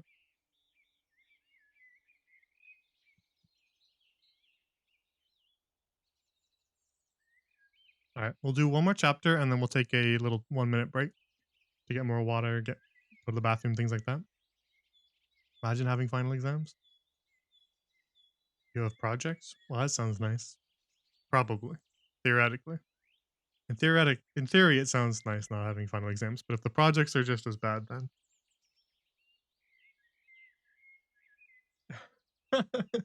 in your break, you're adding more water to your soup. Just dump sugar in it. That'll fix it. Oh yeah, you had to make an entire website. True, I do remember that. The 99, right? Well, we'll see if things go as well for Anne. We'll see if she gets a 99%. Let's continue. Chapter 32. The pass list is out. With the end of June came the close of the term and the close of Miss Stacy's rule in Avonlea School. Anne and Diana walked home that evening feeling very sober indeed.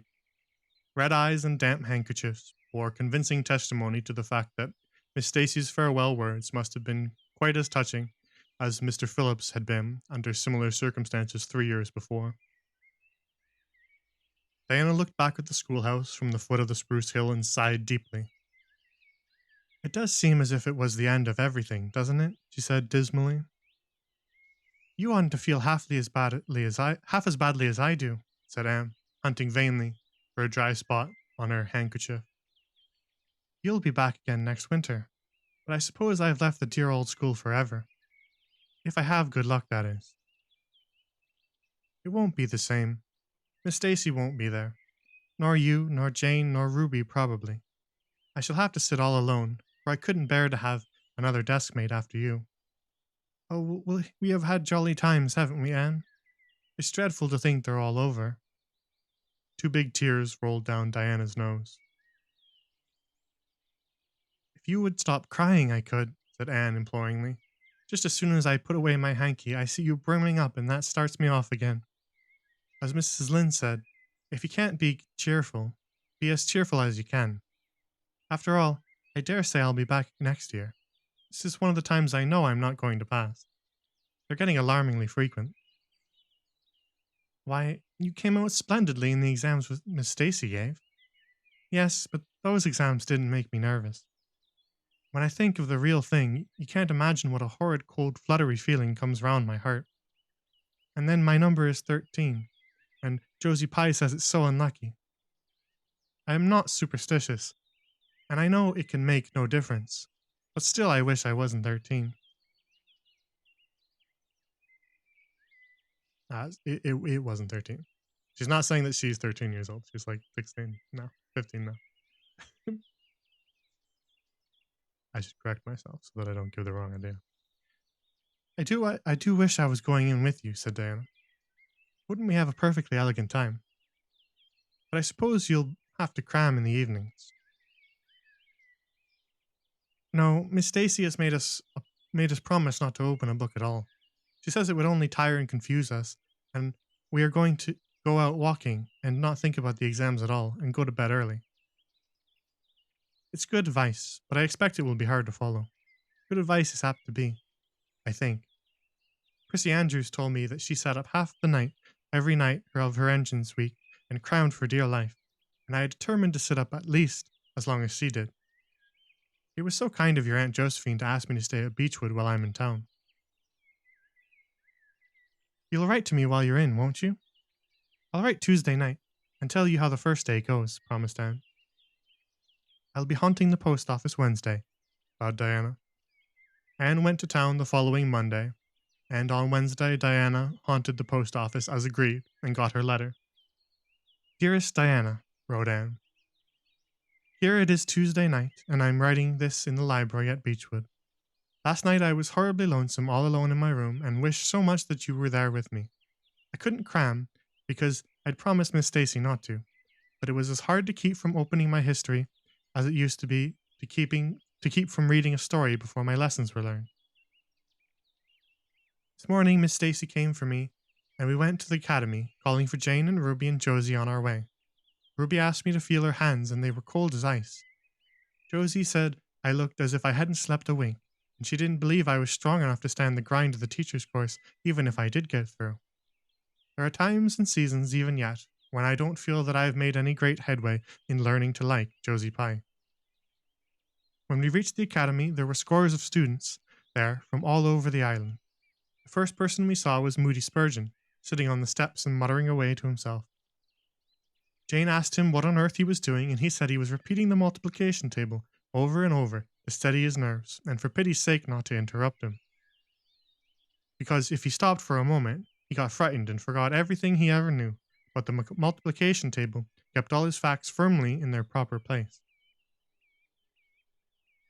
When we were assigned to our rooms, Miss Stacy had to leave us. Jane and I sat together, and Jane was so composed that I envied her. No need of the multiplication table for good, steady, sensible Jane. I wondered if I looked as I felt, and if they could hear my heart thumping clear across the room. Then a man came in and began distributing the English examination sheets. My hands grew cold, and then my head fairly whirled around as I picked it up. Just one awful moment, Diana. I felt exactly as I did 4 years ago when I asked Marilla if I might stay at Green Gables. And then everything cleared up in my mind, and my heart started beating again. I forgot to say that it had stopped altogether, for I knew I could do something with that paper anyhow. At noon we went home for dinner, and then back again for history in the afternoon. History was a pretty hard paper, and I got dreadfully mixed up in the dates. Still, I think I did fairly well today. But oh, Diana, tomorrow the geometry exam comes off, and when I think of it, it takes every bit of determination I possess to keep from opening my Euclid. I think the multiplication table will help me, Annie. If I thought the multiplication table will help me, Annie, I would recite it from now till tomorrow morning. I went down to see the other girls this evening. On my way, I met Moody Spurgeon, wandering distractedly around. He said he knew he had failed in history, and he was born to be a disappointment to his parents, and he was going home on the morning train, and it would be easier to be a carpenter than a minister anyhow. I cheered him up and persuaded him to stay to the end, because it would be unfair to Miss Stacy if he didn't. Sometimes I have wished I was born a boy, but when I see Moody Spurgeon, I'm always glad I'm a girl and not his sister. Ruby was in hysterics when I reached the boarding house. She had discovered a fearful mistake she had made in her English paper. When she recovered, we went uptown and had an ice cream. How we wished you'd been with us. Oh, Diana, if only the geometry examination were over. But there, as Mrs. Lynde would say, the sun will go on rising and setting whether I failed in geometry or not. That is true, but not especially comforting. I think I'd rather it didn't go on if I fail. Yours devotedly, Anne. The geometry examination and all the others were over in due time, and Anne arrived home on Friday evening, rather tired, but with an air of chastened triumph about her. Diana was over at Green Gables when she arrived, and they met as if they had been parted for years. You old darling, it's perfectly splendid to see you back again. It seems like an age since you went to town. And oh, Anne, how did you get along? Pretty well, I think, in everything but the geometry. I don't know whether I passed in it or not, and I have a creepy crawly presentiment that I didn't. Oh, how good it is to be back. Green Gables is in the dearest, loveliest. Green Gables is the dearest, loveliest spot in the world. How did the others do? The girls say they know they didn't pass, but I think they did pretty well. Josie says the geometry was so easy a child of 10 could do it. Murdy Spurgeon still thinks he failed in history, and Charlie says he failed in algebra. But we don't really know anything about it, and won't until the pass list is out. That won't be for a fortnight. Fancy living a, fancy living a fortnight in such suspense. I wish I could go to sleep and never wake up until it is over. Diana knew it would be useless to ask how Gilbert Blythe had fared, so she merely said, "Oh, you'll pass all right, don't worry." "I'd rather not pass at all than not come out pretty well up on the list," flashed Anne, by which she meant, and Diana knew she meant, that success would be incomplete and bitter if she did not come out ahead of Gilbert Blythe.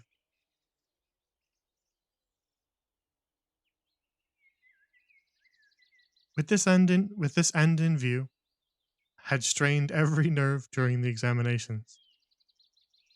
So had Gilbert.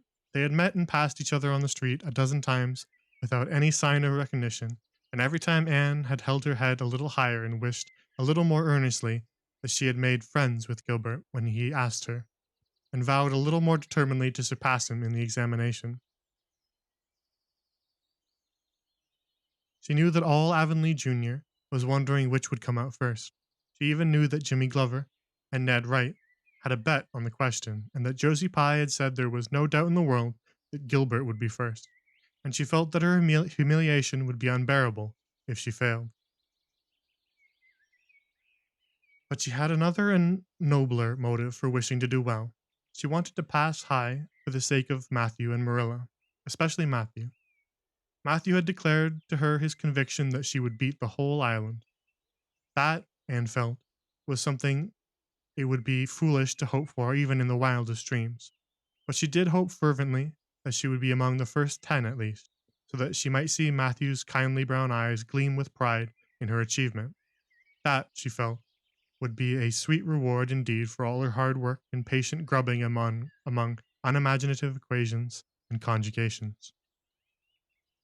At the end of the fortnight, Anne took to haunting the post office also, in the distracted company of Jane, Ruby, and Josie, opening the Charlatan dailies with shaking hands and cold, sink-away feelings as bad as any experienced during the entrance week. Charlie and Gilbert were not above doing this too, but Moody Spurgeon stayed resolutely away. I haven't got the grit to go there and look at a paper in cold blood, he told Anne. I'm just going to wait until somebody comes and tells me, suddenly, whether I have passed or not. When 3 weeks had gone by without the pass list appearing, Anne began to feel that she really couldn't stand the strain much longer. Her appetite failed, and her interest in Avonlea doings languished. Mrs. Lynde wanted to know what else you could expect with a Tory superintendent of education at the head of affairs. And Matthew, noting Anne's paleness and indifference and the lagging steps that bore her home from the post office every afternoon, began seriously to wonder if he hadn't better vote Grit at the next election. But one evening the news came. Anne was sitting at her open window, for the time forgetful of the woes of examinations and the cares of the world, as she drank in the beauty of the summer dusk, sweet-scented with flower breaths from the garden below, and sibilant and rustling from the stir of poplars. The eastern sky above the firs was flushed faintly pink from the reflection of the west, and Anne was wondering dreamily if the spirit of color looked like that, when she saw Diana come flying down through the firs, over the log bridge, and up the slope, with a fluttering newspaper in her hand.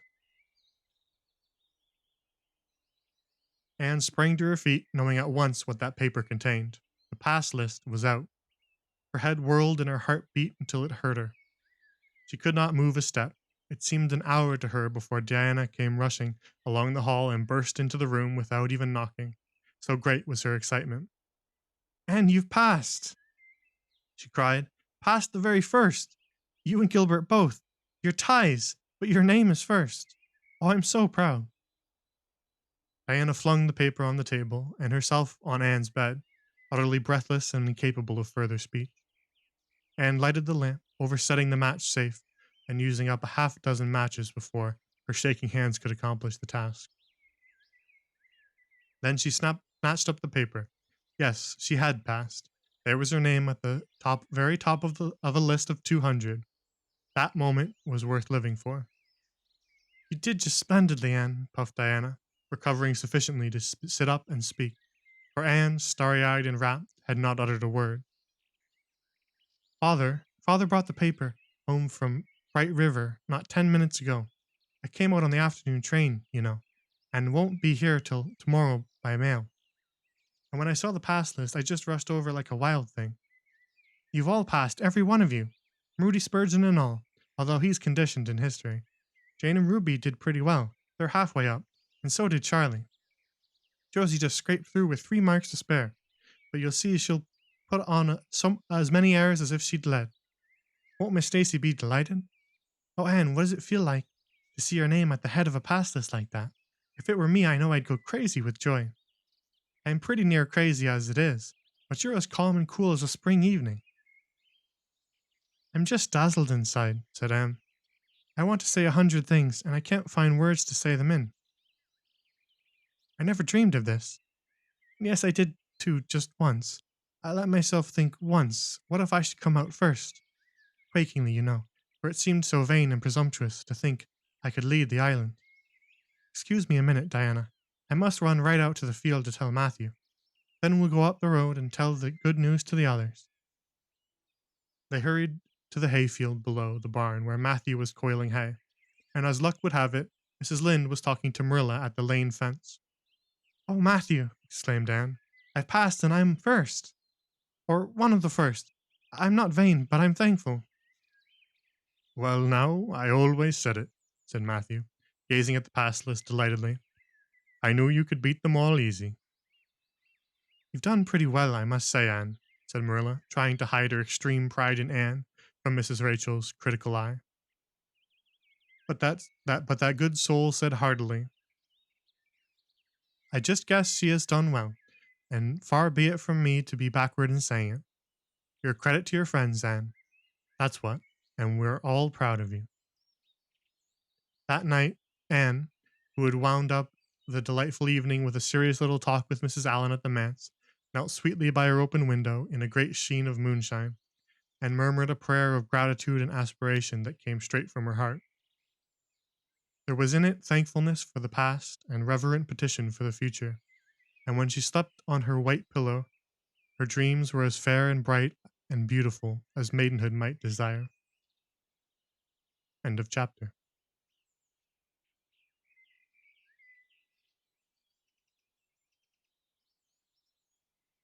All right, shall we take a little break in between?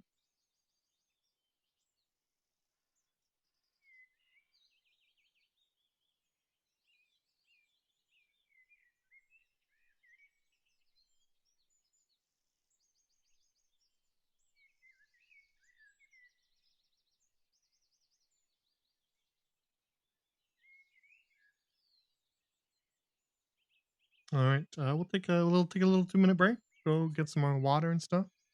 Go to the bathroom, grab a snack, whatever you need to do, and we'll be right back in a couple minutes. You're eating a brownie? That sounds good. She passed, but she tied with Gilbert. That's funny. That's perfect though. That's exactly what should have happened. Can't have one of them beat each other. You have to have them tie. That's what makes it perfect. Sea salt pecan brownie, huh? That does sound good. All right, BRB in 2 minutes. Be right back, Jeff.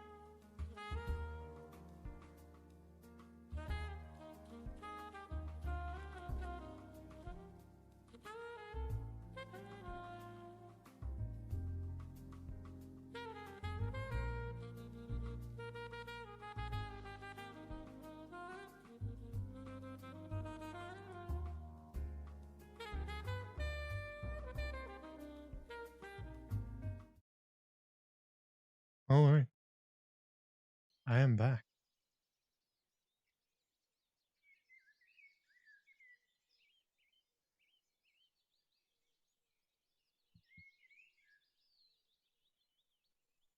We're making good progress. Um, the chapters are slightly longer than I was expecting. They're all been pretty long, in comparison to some of the other chapters, but that's not a bad thing. More book is good, but It's just good. It's just taking longer than I expected. I might have split it differently if I had looked at the chapters, but that's fine. We can do a longer stream. Let's try to finish it tonight.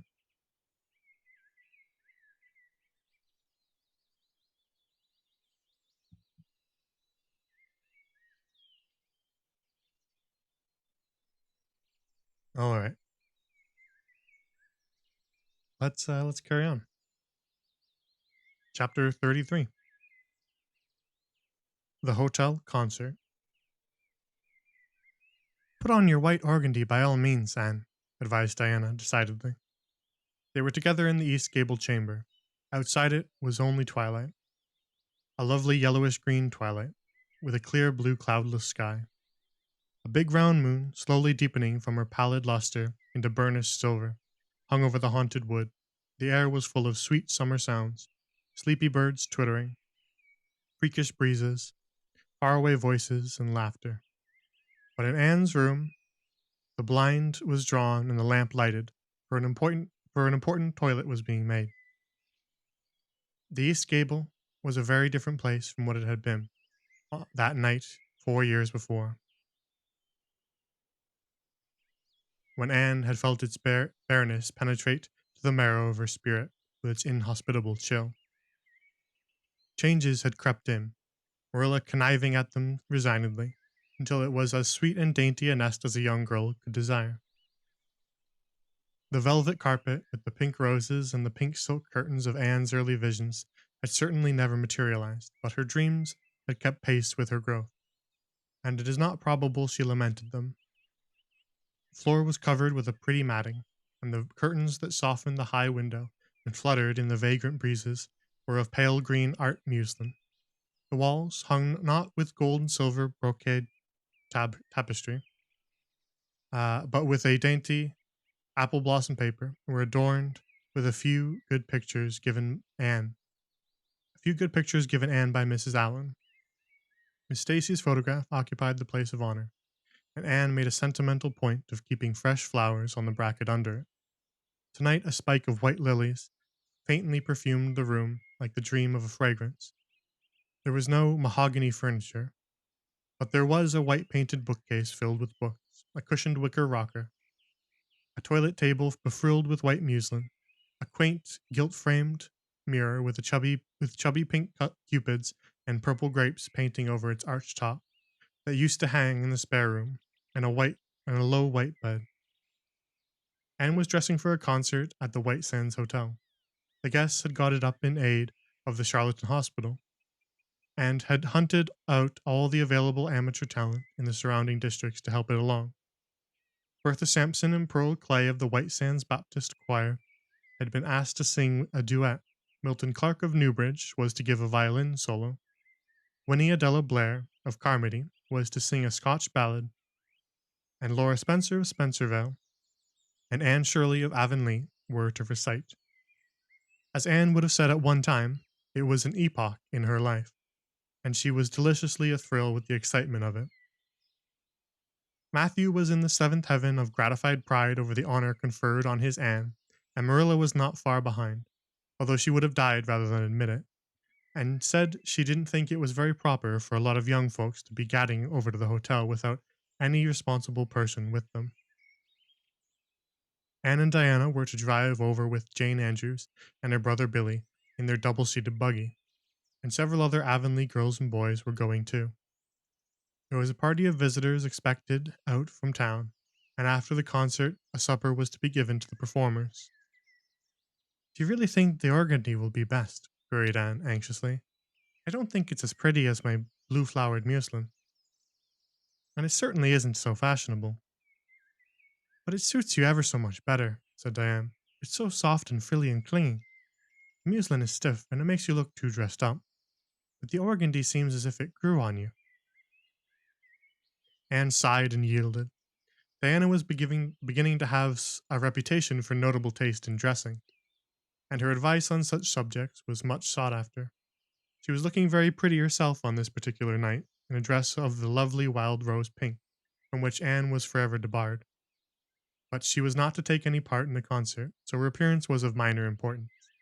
All her pains were bestowed upon Anne, who, she vowed, must, for the credit of Avonlea, be dressed and combed and adorned to the Queen's taste. Pull out that frill a little more. So, here, let me tie your sash. Now for your slippers. I'm going to braid your hair in two thick braids and tie them halfway up with big white bows. Now, don't pull out a single curl over your forehead. Just have the soft part. There is no way you do your hair. There is no way you do your hair suits you so well, Anne. And Mrs. Allen says you look like a Madonna when you part it so. I shall fasten this little white house rose just behind your ear. There was just one on my bush, and I saved it for you. Shall I put my pearl beads on? Asked Anne. Matthew brought me a string from town last week, and I know he'd like to see them on me. Diana pursed her lips, put her black head on one side critically, and finally pronounced in favor of the beads, which were thereupon tied around Anne's slim, milk-white throat. There's something so stylish about you, Anne, said Diana, with unenvious admiration. You hold your head with such an air. I suppose it's your figure. I am just a dumpling. I've always been afraid of it, and now I know it is so. Well, I suppose I shall just have to resign myself to it. But you have such dimples, said Anne, smiling affectionately into the pretty, vivacious face so near her own. Lovely dimples, like little dents in cream. I have given up all hope on my dimples. My dimple dream will never come true, but so many of my dreams have that I mustn't complain. Am I all ready now? All ready, assured Diana, as Marilla appeared in the doorway, a gaunt figure with grayer hair than of yore and no fewer angles, but with a much softer face. Come right in and look at our elocutionist, Marilla. Doesn't she look lovely? Marilla emitted a sound between a sniff and a grunt. She looks neat and proper. I like that way of fixing her hair, but I expect she'll ruin that dress driving over there in the dust and dew with it, and it looks most too thin for these damp nights. Organdy's the most unserviceable stuff in the world anyhow, and I told Matthew so when he got it, but there is no use in saying anything to Matthew nowadays. Time was when he would take my advice, but now he just buys things for Anne regardless, and the clerks at Carmody know they can palm anything off him. Just let them tell him a thing is pretty and fashionable, and Matthew plunks his money down for it. Mind you keep your skirt clear of the wheel, Anne, and put your warm jacket on. Then Marilla stalked downstairs, thinking proudly how sweet Anne looked, with that one moonbeam from the forehead to the crown, and regretting that she could not go to the concert herself to hear the girl recite. I wonder if it is too damp for my dress, said Anne anxiously. Not a bit of it, said Diana, pulling up the window blind. It's a perfect night, and there won't be any dew. Look at the moonlight. I'm so glad my window looks east into the sun rising, said Anne, going over to Diana. It's so splendid to see the morning coming up over those long hills and glowing through those sharp fir tops. It's new every morning, and I feel as if I washed my very soul in that bath of earliest sunshine. Oh, Diana, I love this little room so dearly. I don't know how I'll get along without it when I go to town next month. Don't speak of your going away tonight, begged Diana. I don't want to think of it. It makes me so miserable. And I do want to have a good time this evening. What are you going to recite, Anne? And are you nervous? Not a bit. I've recited so often in public, I don't mind at all now. I've decided to give The Maiden's Vow. It's so pathetic. Laura Spencer is going to give a comic recitation, but I'd rather make people cry than laugh. What will you recite if they encore you? They won't dream of encoring me, scoffed Anne, who was not without her own secret hopes that they would, and already visioned herself telling Matthew all about it at the next morning's breakfast table. There are Billy and Jane now. I hear the wheels. Come on. Billy Andrews insisted that Anne should ride on the front seat with him, so she unwillingly climbed up. She would have much preferred to sit back with the girls, where she could have laughed and chattered to her heart's content. There was not so much of either laughter or chatter in Billy. He was a big, fat, stolid youth of 20, with a round, expressionless face and a painful lack of conversational gifts. But he admired Anne immensely, and was puffed up with pride over the prospect of driving to White Sands with that slim, upright figure beside him. Anne, by dint of talking over her shoulder to the girls and occasionally passing a sop of civility to Billy, who grinned and chuckled and never could think of any reply until it was too late, contrived to enjoy the drive in spite of it all. It was a night for enjoyment. The road was full of buggies, all bound for the hotel, and laughter, silver clear, echoed and re-echoed along it. When they reached the hotel, it was a blaze of light from top to bottom.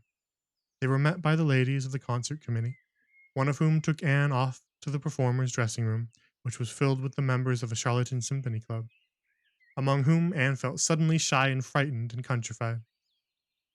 Her dress, which, in the east gable, had seemed so dainty and pretty, now seemed simple and plain, too simple and plain, she thought, among all the silks and laces that glistened and rustled around her. What were her pearl beads compared to the diamonds of the big handsome lady near her? And how poor her one wee white rose must look behind all the hothouse flowers the others wore. Anne laid her hat and jacket away, and shrank miserably into a corner. She wished herself back in the white room at Green Gables. It was still worse on the platform of the big concert hall of the hotel, where she presently found herself. The electric lights dazzled her eyes, the perfume and hum bewildered her. She wished she were sitting down in the audience with Diana and Jane, who seemed to be having a splendid time at the back. She was wedged in between a stout lady in pink silk and a tall, scornful-looking girl in a white lace dress. The stout lady occasionally turned her head squarely around and surveyed Anne through her eyeglasses until Anne, acutely sensitive of being so scrutinized, felt that she must scream aloud, and the white lace girls kept talking audibly to her next neighbor about the country bumpkins and rustic belles in the audience, languidly anticipating such fun from the displays of local talent on the program. Anne believed that she would hate that white lace girl to the end of life. Unfortunately for Anne, a professional elocutionist was staying at the hotel and had consented to recite. She was a lithe, dark-eyed woman in a wonderful gown of shimmering gray stuff like woven moonbeams, with gems on her neck and in her dark hair. She had a marvelously flexible voice and wonderful power of expression. The audience went wild over her selection.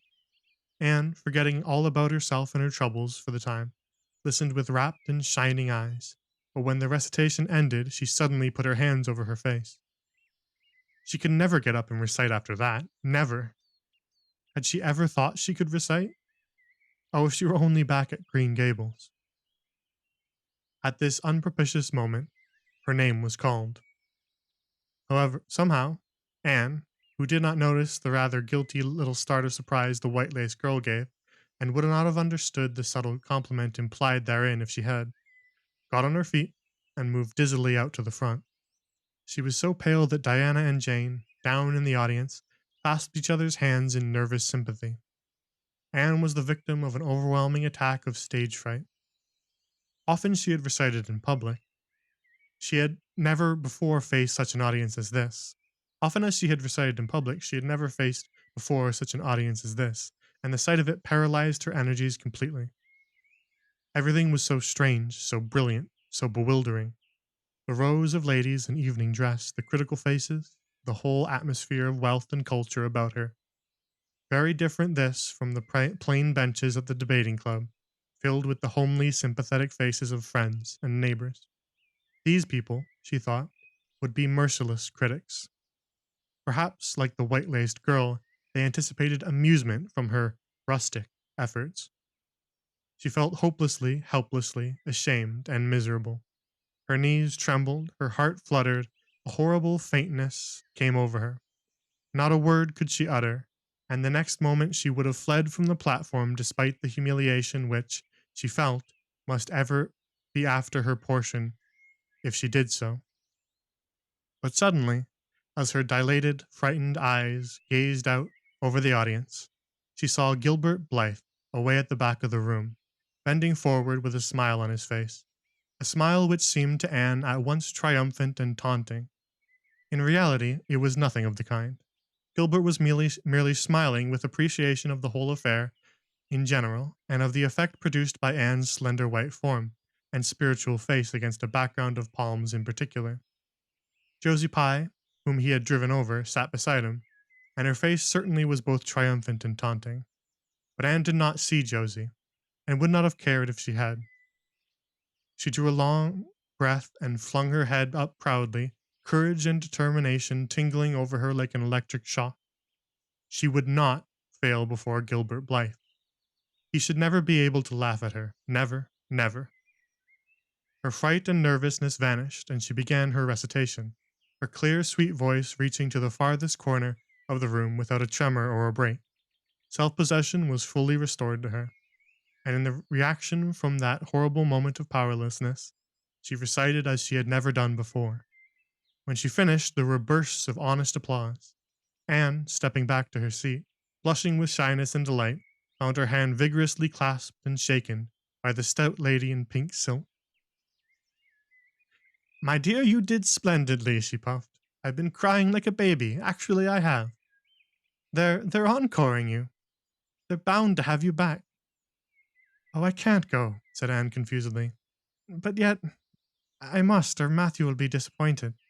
He said they would encore me. Then don't disappoint Matthew, said the pink lady, laughing. Smiling, blushing, limpid-eyed, Anne tripped back and gave a quaint, funny little selection that captivated her audience still further. The rest of the evening was quite a little triumph for her. When the concert was over, the stout pink lady, who was the wife of an American millionaire, took her under her wing and introduced her to everybody, and everybody was nice to her. The professional elocutionist, Mrs. Evans, came and chatted with her, telling her that she had a charming voice and interpreted her selections beautifully. Even the white-laced girl paid her a languid little compliment. They had supper in the big, beautifully decorated dining room. Diana and Jane were invited to partake of this, also, since they had come with Anne, but Billy was nowhere to be found, having decamped in mortal fear of some such invitation. He was in waiting for them, with the team, however, when it was all over, and the three girls came merrily out into the calm white moonshine radiance. Anne breathed deeply and looked into the clear sky beyond the dark boughs of the firs. Oh, it was good to be out again into the purity and silence of night. How great and still and wonderful everything was, with the murmur of the sea sounding through it and the darkling cliffs beyond like grim giants guarding enchanted coasts. Hasn't it been such a perfectly splendid time? Sighed Jane as they drove away. I just wish I was a rich American and could spend my summer at a hotel and wear jewels and low-neck dresses and have ice cream and chicken salad every blessed day. I'm sure it would be ever so much more fun than teaching school. And your recitation was simply great, although I thought at first you were never going to begin. I think it was better than Mrs. Evans's. Oh no, don't say such things like that, Jane, said Anne quickly, because it sounds silly. It couldn't be better than Mrs. Evans, for she's a professional, and I'm only a schoolgirl, with a little knack of reciting. I'm quite satisfied if people just liked mine pretty well. I have a compliment for you, Anne, said Diana. At least I think it must be a compliment because of the tone he said it in. Part of it was anyhow. There was an American sitting behind Jane and me, such a romantic-looking man, with coal black hair and eyes. Josie Pye says he is a distinguished artist, and that her mother's cousin in Boston is married to a man that used to go to school with him. Well, we heard him say, didn't we, Jane? Who is that girl on the platform with the splendid Titian hair? She has a face I should like to paint. There now, Anne. But what does Titian hair mean?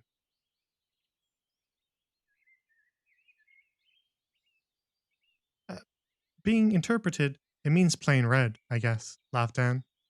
Titian was a very famous artist who liked to paint red-haired women. Did you see all the diamonds those ladies wore? Sighed Jane. They were simply dazzling. Wouldn't you just love to be rich, girls? We are rich, said Anne staunchly. Why, we have 16 years to our credit, and we're happy as queens. And we've all got imaginations, more or less. Look at that sea, girls. All silver and shadow and visions of things not seen.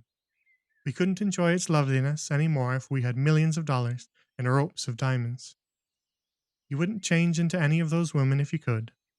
Would you want to be like that white lace girl and wear a sour look all your life, as if you'd been born turning up your nose at the world? Or the pink lady, kind and nice as she is, so stout and short that you'd really no figure at all. Or even Mrs. Evans, with that sad, sad look in her eyes.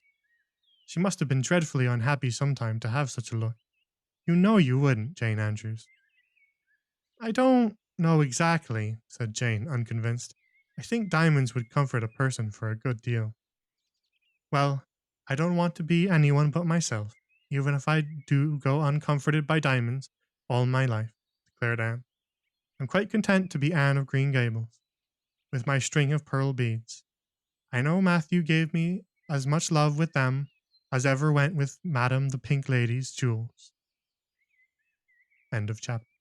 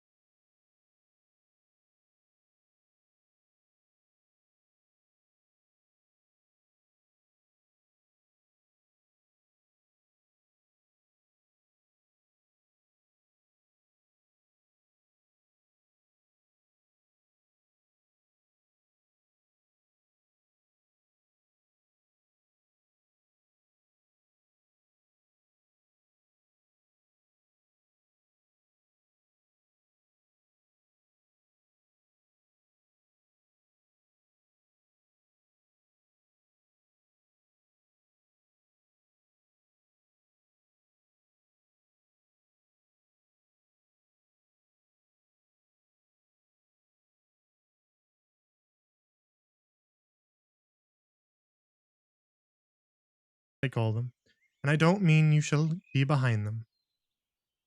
I got Mrs. Allen to help me pick it in town last week, and we'll get Emily Gillis to make it for you. Emily has got taste, and her fits aren't to be equaled. Oh, Marilla, it's just lovely, said Anne. Thank you so much. I don't believe you ought to be so kind to me. It's making it harder every day for me to go away. The green dress was made up with as many tucks and frills and shirrings as Emily's taste permitted. Anne put it on one evening for Matthew's and Marilla's benefit and recited the maiden's vow for them in the kitchen. As Marilla watched the bright animated face and graceful motions, her thoughts went back to the evening Anne had arrived at Green Gables, and memory recalled a vivid picture of an odd, frightened child in her preposterous yellowish brown wincey dress, and the heartbreak looking out of her tearful eyes. Something in the memory brought tears to Marilla's own eyes. I declare my recitation has made you cry, Marilla, said Anne gaily, stooping over Marilla's chair to drop a butterfly kiss on that lady's cheek. Now I call that a positive triumph. No, I wasn't crying over your piece, said Marilla. who would have scorned to be betrayed into such weakness by any poetry stuff. I just couldn't help thinking of the little girl you used to be, Anne, and I was wishing you could have stayed a little girl, even with all your queer ways. You've grown up now, and you're going away, and you look so tall and stylish, and so different altogether in that dress, as if you didn't belong in Avonlea at all, and I just got lonesome thinking it all over. Marilla, Anne sat down on Marilla's gingham lap, took Marilla's lined face between her hands, and looked gravely and tenderly into Marilla's eyes. I'm not a bit changed, not really. I'm only just pruned down and branched out.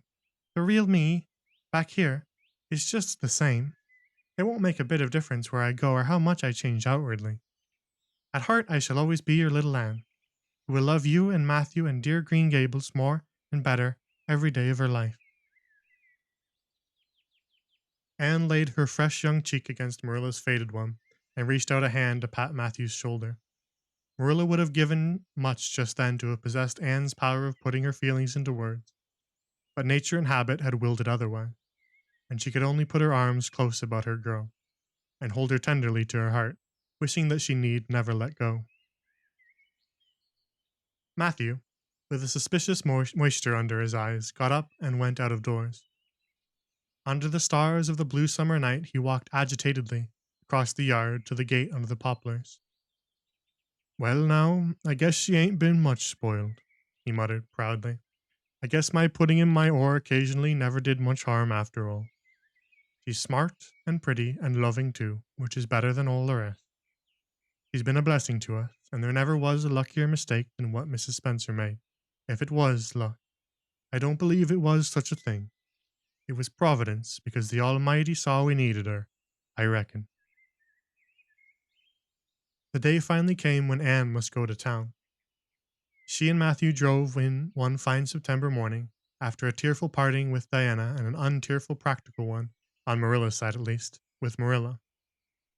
But when Anne had gone, Diana dried her tears and went to a beach picnic at White Sands with some of her Carmody cousins, where she contrived to enjoy herself tolerably well, while Marilla plunged fiercely into unnecessary work and kept it all day long with the bitterest kind of heartache. The ache that burns and gnaws and cannot wash itself away in ready tear. But that night, when Marilla went to bed acutely and miserably conscious that the little gable room at the end of the hall was untenanted by any vivid young life, and unstirred by any soft breathing, she buried her face in her pillow and wept for her girl in a passion of sobs that appalled her when she grew calm enough to reflect how very wicked it must be to take on about such a sinful fellow creature. Anne and the rest of the Avonlea scholars reached town just in time to hurry off to the academy. That first day passed pleasantly enough in a whirl of excitement, meeting all the new students, learning to know their professors by sight, and being assorted and organized into classes. Anne intended taking up the second-year work, being advised to do so by Miss Stacy. Gilbert Blythe elected to do the same. This meant getting a first-class teacher's license in 1 year instead of 2, if they were successful, but it also meant much more and harder work. Jane, Ruby, Josie, Charlie, and Moody Spurgeon, not being troubled with the stirrings of ambition, were content to take up the second-class work. Anne was conscious of a pang of loneliness when she found herself in a room with 50 other students, not one of whom she knew, except the tall brown-haired boy across the room, and knowing him in the fashion she did not help her much. As she reflected pessimistically, yet she was undeniably glad that they were in the same class. The old rivalry could still be carried on, and Anne would hardly have known what to do if it had been lacking. I wouldn't feel comfortable without it, she thought. Gilbert looks awfully determined. I suppose he's making up his mind, here and now, to win the medal. What a splendid chin he has. I never noticed it before. I do wish Jane and Ruby had gone in for the first class, too. I suppose I won't feel so much like a cat in a strange garret when I get acquainted, though. I wonder which of the girls here are going to be my friends. It's really an interesting speculation. Of course, I promised Diana that no Queen's girl, no matter how much I liked her, should ever be as dear to me as she is. But I've lots of second-best affections to bestow. I like the look of that girl with the brown eyes and the crimson waist. She looks vivid and red rosy. There's that pale, fair one gazing out the window. She has lovely hair and looks as if she knew a thing or two about dreams. I'd like to know them both. Know them well, well enough to walk with my arm about their waists and call them nicknames. But just now I don't know them, and they don't know me, and probably don't want to know me particularly. Oh, it's lonesome. It was lonesomer still when Anne found herself alone in her hall bedroom that night at twilight. She was not to board with the other girls, who all had relatives in town to take pity on them. Miss Josephine Barry would have liked to board her, but Beechwood was so far from the academy that it was out of the question. So Miss Barry hunted up a boarding house, assuring Matthew and Marilla that it was the very place for Anne. The lady who keeps it is a reduced gentlewoman, explained Mrs. Barry. Her husband was a British officer, and she is very careful what sort of boarders she takes, and will not meet with any objectionable persons under her roof. The table is good, and the house is near the academy in a quiet neighborhood. All this might be quite true, and indeed proved to be so, but it did not materially help Anne in the first agony of homesickness that seized upon her. She looked dismally about her narrow little room, with its dull papered, pictureless walls, its small iron bedstead, an empty bookcase, and a horrible choke came into her throat as she thought of her own white room at Green Gables, where she would have the pleasant consciousness of a great green still outdoors, of sweet peas growing in the garden and moonlight falling on the orchard, of the brook below the slope and the spruce boughs tossing in the night wind beyond it, of a vast starry sky and the light from Diana's windows shining out through the gap in the trees. Here there was nothing of this. Anne knew that outside her window was a hard street, with a network of telephone wires shutting out the sky, the tramp of alien feet, and 1,000 lights gleaming on stranger faces. She knew that she was going to cry, and fought against it. I won't cry. It's silly and weak. There's the third tear splashing down my nose. There are more coming. I must think of something funny to stop them. But there's nothing funny except what is connected with Avonlea, and that only makes things worse. 4, 5. I'm going home next Friday, but that seems 100 years away. Oh, Matthew is nearly home by now, and Marilla's at the gate, looking down the lane for him. 6, 7, 8. No, there's no use in counting them. They're coming in a flood presently. I can't cheer up. I don't want to cheer up. It's nicer to be miserable.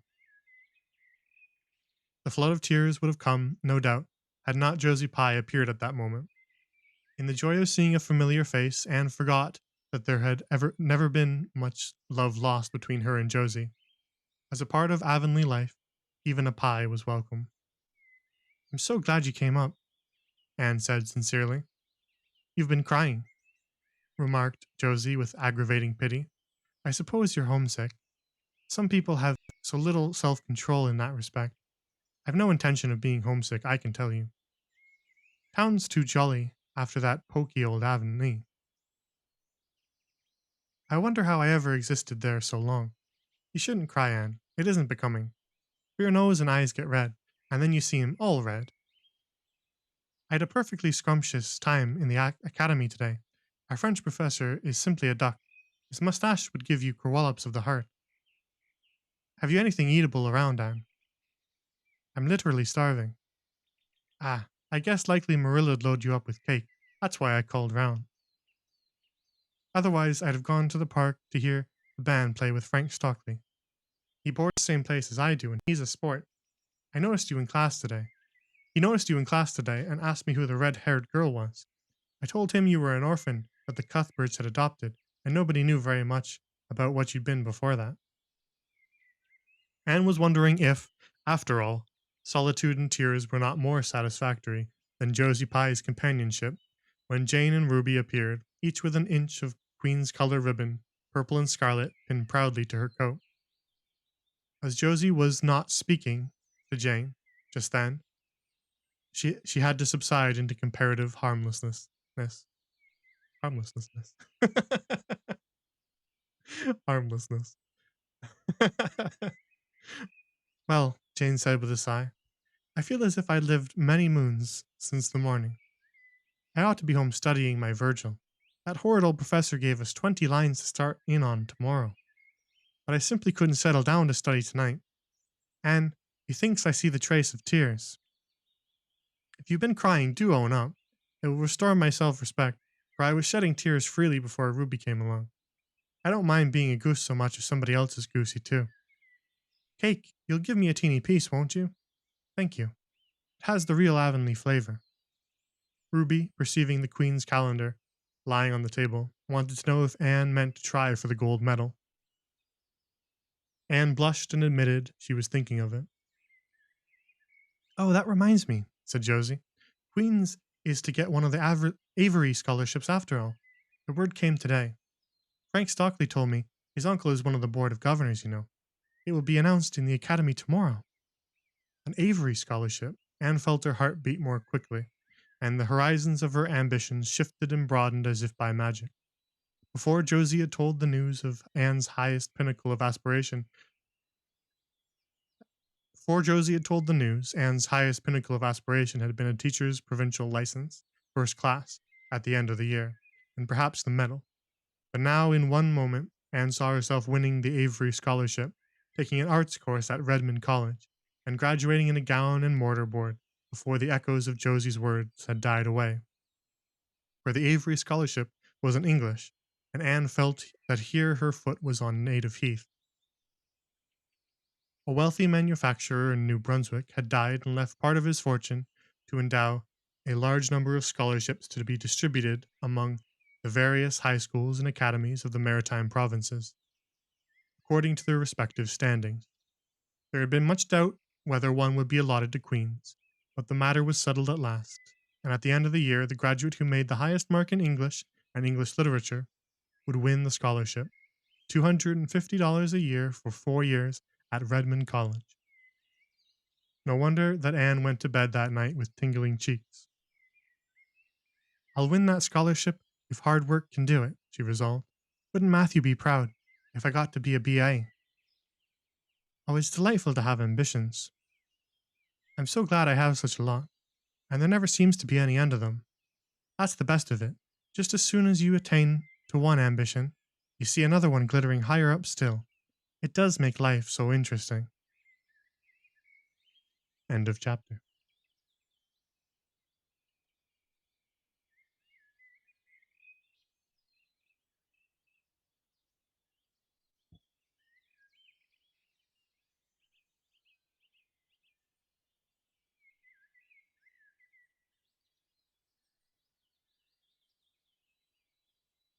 Yeah, that was a long chapter.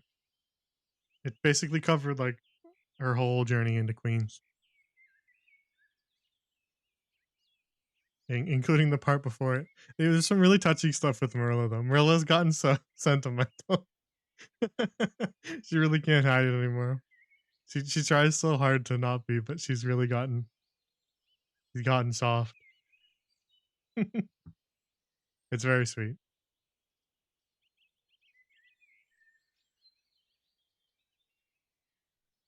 And she's happy to have Gilbert in her class. Not just because of friendly face. Like she obviously because it's a friendly face, but she's also like rationalizing that, well, if Gilbert's in my class, then I can compete with him and that'll make me do better at school. Which is really funny.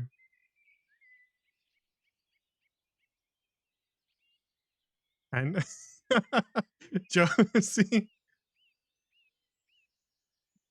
Josie, Anne is like, ah, great, finally a familiar face.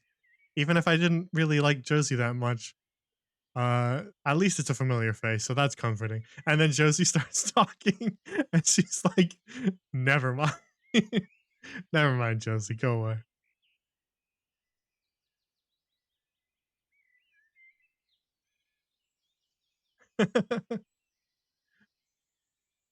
And she's like, I heard you had cake. I heard you had cake, that's why I came here. Not to talk to you. I just wanted cake.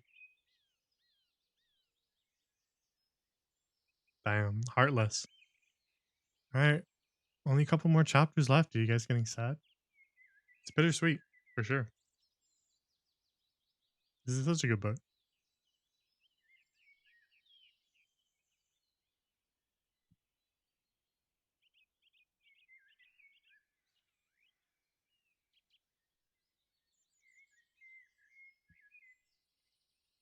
I think there's what, like 30, 37 chapters? We're really getting down there.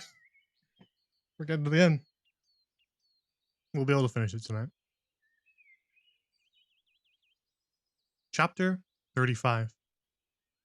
The Winter at Queen's. Anne's homesickness wore off, greatly helped in the wearing by her weekend visits home. As long as the open weather lasted, the Avonlea students went out to Carmody on the New Branch Railway every Friday night. Diana and several other Avonlea young folks were generally on hand to meet them, and they all walked over to Avonlea in a merry party. Anne thought those Friday evening gypsyings over the autumnal hills in the crisp golden air, with the home lights of Avonlea twinkling beyond, were the best and dearest hours in the whole week. Gilbert Blythe nearly always walked with Ruby Gillis, and carried her satchel for her. Ruby was a very handsome young lady, now thinking herself quite as grown up as she really was. She wore her skirts as long as her mother would let her, and did her hair up in town, though she had to take it down when she went home. She had large, bright blue eyes, a brilliant complexion, and a plump, showy figure. She laughed a great deal, was cheerful and good tempered, and enjoyed the pleasant things of life frankly. But I shouldn't think she was the sort of girl Gilbert will like, whispered Jane to Anne. Anne did not think so either, but she would not have said so for the Avery scholarship. She could not help thinking, too, that it would be very pleasant to have such a friend as Gilbert to jest and chatter with, and exchange ideas about books and studies and ambitions. Gilbert had ambitions, she knew, and Ruby Gillis did not seem the sort of person with whom such could be profitably discussed. There was no silly sentiment in Anne's ideas concerning Gilbert. Boys were to her, when she thought about them at all, merely possible good comrades. If she and Gilbert had been friends, she would not have cared how many other friends he had, nor with whom he walked. She had a genius for friendship. Girl friends she had plenty, but she had a good vague consciousness that masculine friendship might also be a good thing to round out one's conceptions of companionship and furnish broader standpoints of judgment and comparison. Not that Anne could have put her feelings on the matter into such clear definition, but she thought that if Gilbert had ever walked home with her from the train, over the crisp fields and along the ferny byways, they might have had many and merry and interesting conversations about the new world that was opening around them, and their hopes and ambitions therein. Gilbert was a clever young fellow, with his own thoughts about things and determination to get the best out of life and put the best into it. Ruby Gillis told Jane Andrews that she didn't understand half the things Gilbert Blythe said. He talked just like Anne Shirley did, when she had a thoughtful fit on, and for her part she didn't think it any fun to be bothering about books and that sort of thing, when you didn't have to. Frank Stockley had lots more dash and go, but then he wasn't half as good looking as Gilbert, and she really couldn't decide which she liked best. In the academy, Anne gradually drew a little circle of friends about her, thoughtful, imaginative, ambitious students like herself. With the rose red girl, Stella Maynard, and the dream girl, Priscilla Grant, she soon became intimate, finding the latter, pale, spiritual looking maiden, to be full to the brim of mischief and pranks and fun, while the vivid black eyed Stella had a heart full of wistful dreams and fancies, as aerial and rainbow like as Anne's own. After the Christmas holidays, the Avonlea students gave up going home on Fridays and settled down to hard work. By this time, all the Queen's scholars had gravitated into their own places in the ranks, and the various classes had assumed distinct and settled shadings of individuality. Certain facts had become generally accepted. It was admitted that the medal contestants had practically narrowed down to three: Gilbert Blythe, Anne Shirley, and Lewis Wilson. The Avery scholarship was more doubtful, any one of a certain six being the possible winner. The bronze medal for mathematics was considered as good as won by a fat, funny little up-country boy with a bumpy forehead and patched coat. Ruby Gillis was the handsomest girl of the year at the academy. In the second year classes, Stella Maynard carried off the palm for beauty, with small but critical minority in favor of Anne Shirley. Ethel Marr was admitted by all competent judges to have the most stylish modes of hairdressing, and Jane Andrews, plain, plodding, conscientious Jane, carried off the honors in the domestic science course. Even Josie Pye attained a certain preeminence, as the sharpest tongued young lady in attendance at Queen's, so it may be fairly stated that Miss Stacy's old pupils held their own in the wider arena of the academical course. Anne worked hard and steadily. Her rivalry with Gilbert was as intense as it had ever been in Avonlea School, although it was not known in the class at large, but somehow the bitterness had gone out of it. Anne no longer wished to win for the sake of defeating Gilbert, rather for the proud consciousness of a well won victory over a worthy foeman. It would be worth while to win, but she no longer thought life would be insupportable if she did not. In spite of lessons, the students found opportunities for pleasant times. Anne spent many of her spare hours at Beechwood, and generally ate her Sunday dinners there, and went to church with Miss Barry. The latter was, as she admitted, growing old, but her black eyes were not dim, nor the vigor of her tongue in the least abated. But she never sharpened the latter on Anne, who continued to be a prime favorite with the critical old lady. That Anne girl improves all the time, she said. I get tired of other girls. There is such a provoking and eternal sameness about them. Anne has as many shades as a rainbow, and every shade is the prettiest while it lasts. I don't know that she is as amusing as she was when she was a child, but she makes me love her, and I like people who make me love them. It saves me so much trouble in making myself love them. Then, almost before anybody realized it, spring had come. Out in Avonlea, the Mayflowers were peeking pinkly out of the sere barrens and where snow wreaths lingered, and the mist of green was on the woods and in the valleys. But in Charlottetown, harassed Queen's students thought and talked only of examinations. It doesn't seem possible that the term is nearly over, said Anne. Why, last fall it seemed so long to look forward to. A whole winter of studies and classes. And here we are, with the exams looming up next week. Girls, sometimes I feel as if those exams meant everything, but when I look at the big buds swelling on those chestnut trees and the misty blue air at the end of the streets, they don't seem half so important. Jane and Ruby and Josie, who had dropped in, did not take this view of it. To them, the coming examinations were constantly very important indeed, far more important than chestnut buds or Maytime hazes. It was all very well for Anne, who was sure of passing at least, to have her moments of belittling them, but when your whole future depended on them, as the girls truly thought theirs did, you could not regard them philosophically. I've lost 7 pounds in the last 2 weeks, sighed Jane. It's no use to say don't worry. I will worry. Worrying helps you some. It seems as if you were doing something when you were worrying. It would be dreadful if I failed to get my license after going to Queen's all winter and spending so much money. I don't care, said Josie Pye. If I don't pass this year, I'm coming back next. My father can afford to send me.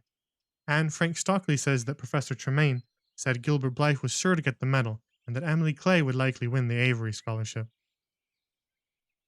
That may make me feel badly tomorrow, laughed Anne. But just now I honestly feel that as long as I know the violets are coming out all purple down in the hollow below Green Gables, and that little ferns are poking their heads up in Lover's Lane, it's not a great deal of difference whether I win the Avery or not. I've done my best, and I begin to understand what is meant by the joy of strife. Next to trying and winning, the best thing is trying and failing. Girls, don't talk about exams. Look at that arch of pale green sky over those houses, and picture yourself what it must look like over the purply dark beech woods back of Avonlea. What are you going to wear for commencement, Jane? Asked Ruby practically. Jane and Josie both answered at once, and the chatter drifted into a side eddy of fashions. But Anne, with her elbows on the windowsill, her soft cheek laid against her clasped hands, and her eyes filled with visions, looked out unheedingly across city roof and spire to that glorious dome of sunset sky, and wove her dreams of a possible future from the golden tissue of youth's own optimism. All the beyond was hers, with its possibilities lurking rosily in the oncoming years. Each year a rose of promise to be woven into an immortal chaplet. End of chapter.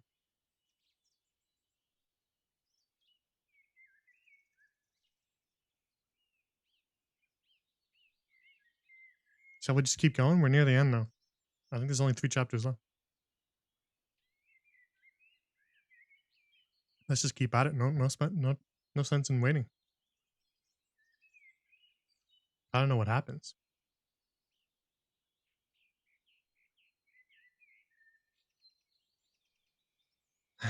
Let's do it. All right. Chapter 36.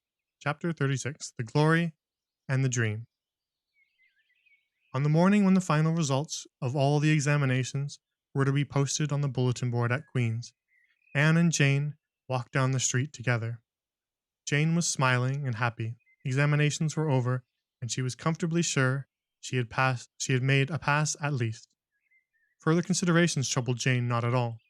She had no soaring ambitions and consequently was not affected with the unrest attendant thereon.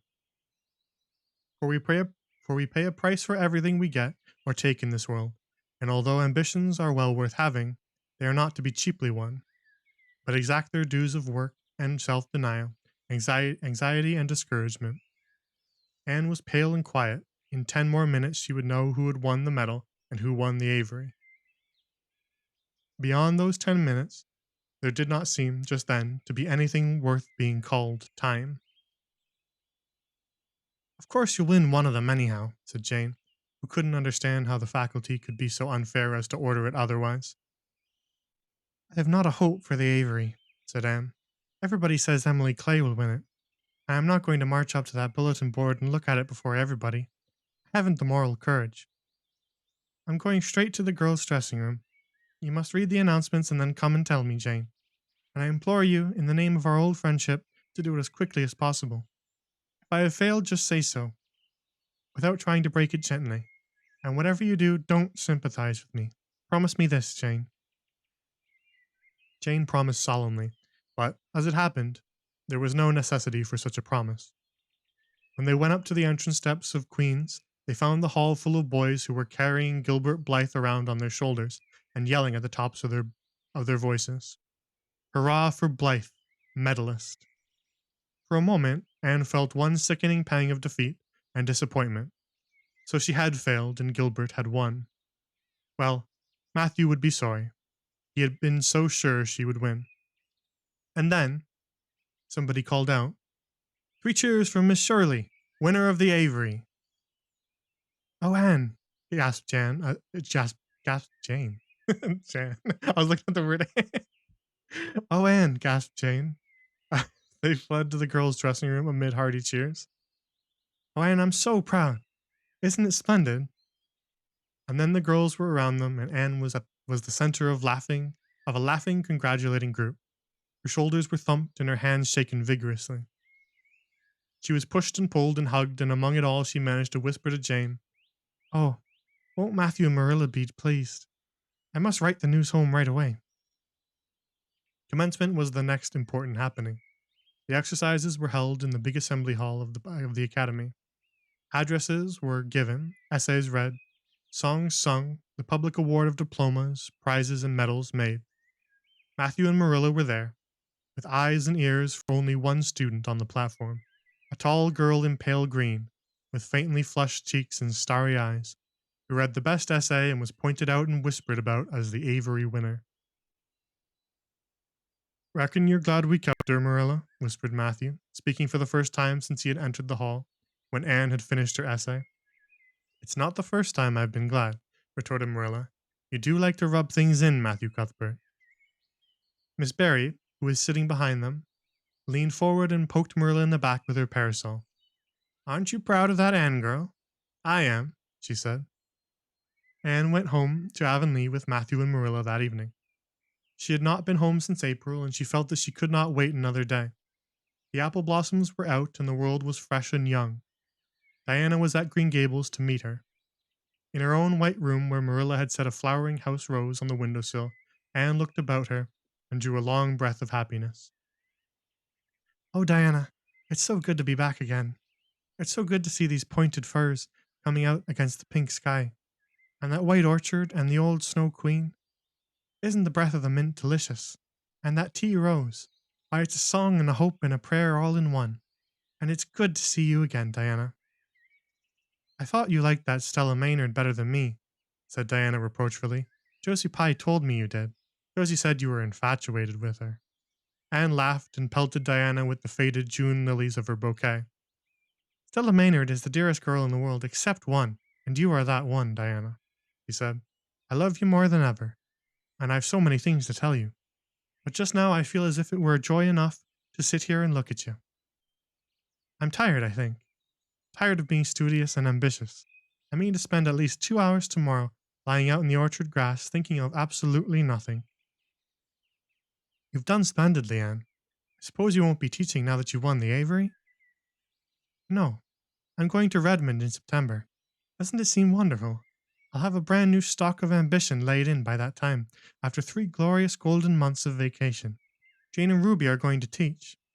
Isn't it splendid to think we all got through, even to Moody Spurgeon and Josie Pye? The Newbridge trustees have offered Jane their school already, said Diana. Gilbert Blythe is going to teach too. He has to. His father can't afford to send him to college next year after all, so he means to earn his own way through. I expect he'll get the school here if Miss Ames decides to leave. Anne felt a queer little sensation of dismayed surprise. She had not known this. She had expected that Gilbert would be going to Redmond also. What would she do without their inspiring rivalry? Would not work even at a coeducational college with a real degree in prospect, be rather flat without her friend the enemy. The next morning at breakfast, it suddenly struck Anne that Matthew was not looking well. Surely, he was much grayer than he had been a year before. Marilla, she said hesitatingly when he had gone out, is Matthew quite well? No, he isn't, said Marilla in a troubled tone. He's had some real bad spells with his heart this spring, and he won't spare himself a mite. I've been real worried about him, but he's some better this while back. And we've got a good hired man, so I'm hoping he'll kind of rest and pick up. Maybe he will now you're home. You always cheer him up. Anne leaned across the table and took Marilla's face in her hands. You're not looking as well yourself, and I'd like to see you, Marilla. You look tired. I'm afraid you've been working too hard. You must take a rest now that I'm home.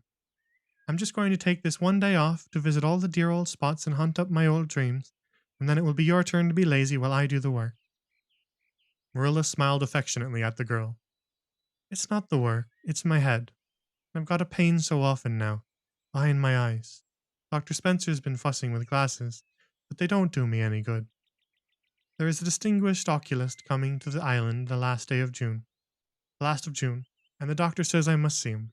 I guess I'll have to. I can't read or sew with any comfort now. Well, Anne, you've done real well at Queen's, I must say. To take first-class license in 1 year and win the Avery Scholarship. Well, well, Mrs. Lynde says pride goes before a fall, and she doesn't believe in the higher education of women at all.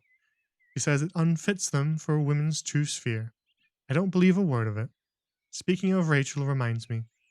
Did you hear anything about the Abbey Bank lately, Anne? I heard it was shaky, answered Anne. Why? That is what Rachel said. She was up here one day last week and said there was some talk about it. Matthew felt real worried. All we have is saved in that bank. Every penny. I wanted Matthew to put it in the savings bank in the first place, but old Mr. Abbey was a great friend of father's, and he'd always banked with him. Matthew said any bank with him at the head of it was good enough for anybody. I think he has only been its nominal head for many years, said Anne. He's a very old man. His nephews are really at the head of the institution. Well, when Rachel told us that, I wanted Matthew to draw our money right out, and he said he'd think of it. Mr. Russell told him yesterday that the bank was all right. Anne had her good day in the companionship of the outdoor world. She never forgot that day, as it was so bright and golden and fair, so free from shadow and so lavish of blossom. Anne spent some of its rich hours in the orchard. She went to the Dryad's Bubble in Willowmere and Violet Vale. She called at the manse and had a satisfying talk with Mrs. Allen, and finally, in the evening, she went with Matthew for the cows, through Lover's Lane to the back pasture. The woods were all gloried through the sunset. The woods were all gloried through with sunset, and the warm splendor of it streamed down through the hill gaps in the west. Matthew walked slowly with bent head. Anne, tall and erect, her springing step to his. You've been working too hard today, Matthew, she said reproachfully. Why won't you take things easier? Well, now, I can't seem to, said Matthew as he opened the yard gate to let the cows through. It's only that I'm getting old, Anne, and keep forgetting it. Well, I've always worked pretty hard, and I'd rather drop in harness. If I had been the boy you sent for, said Anne wistfully, I'd be able to help you so much now, and spare you in 100 ways. I could find it in my heart to wish I had been, just for that. Well, now, I'd rather have you than a dozen boys, Anne, said Matthew, patting her hand. Just mind you that, rather than a dozen boys. Well, now, I guess it wasn't a boy that took the Avery scholarship, was it? It was a girl. My girl. My girl that I'm proud of. He smiled his shy smile at her as he went into the yard. Anne took the memory of it with her when she went to her room that night and sat for a long while at her open window, thinking of the past and dreaming of the future.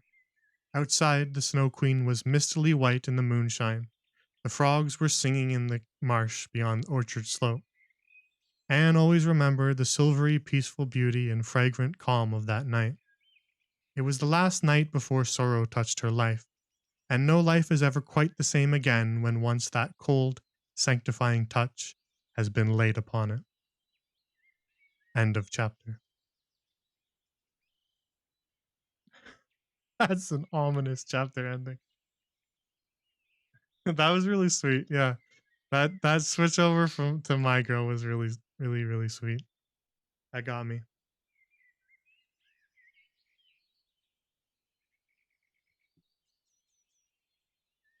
Shall we keep going? This is the last two chapters, guys. I just kind of want to keep going.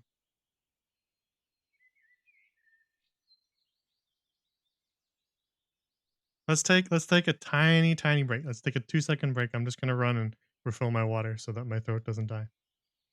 So that I don't have to mute and cough or something. I'm gonna take a tiny little break. I'll be right back. 1 second.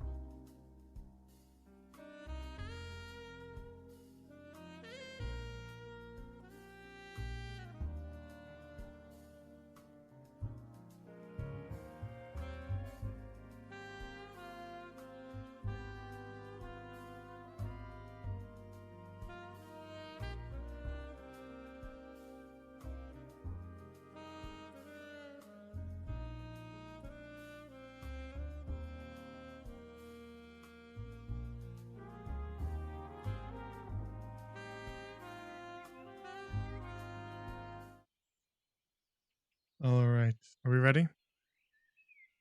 My water is refilled. Ready to do the last two chapters? Ready for this ominous scroll down? Ready? Look at this chapter title.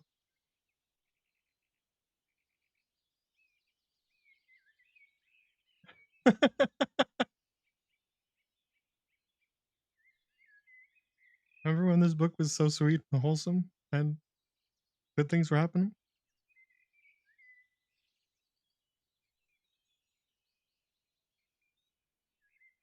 That's not comfy language. In Minecraft, okay, in Minecraft. Yeah, that's fine. But then you have to go collect all your things. It'd be awful annoying.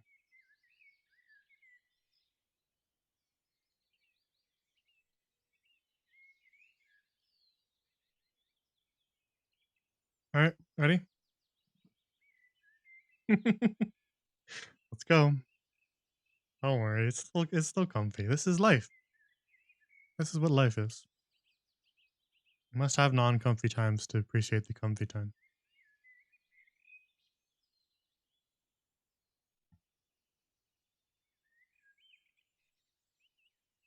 Chapter 37. The Reaper whose name is Death. Matthew? Matthew? What is the matter? Matthew, are you sick? It was Marilla who spoke, alarm in every jerky word. Anne came through the hall, her hands full of white narcissus.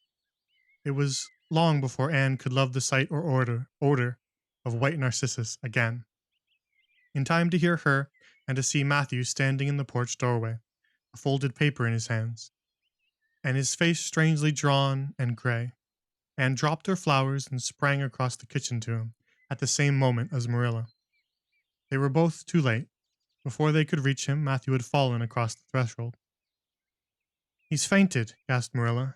Anne, run for Martin, quick, quick, he's at the barn.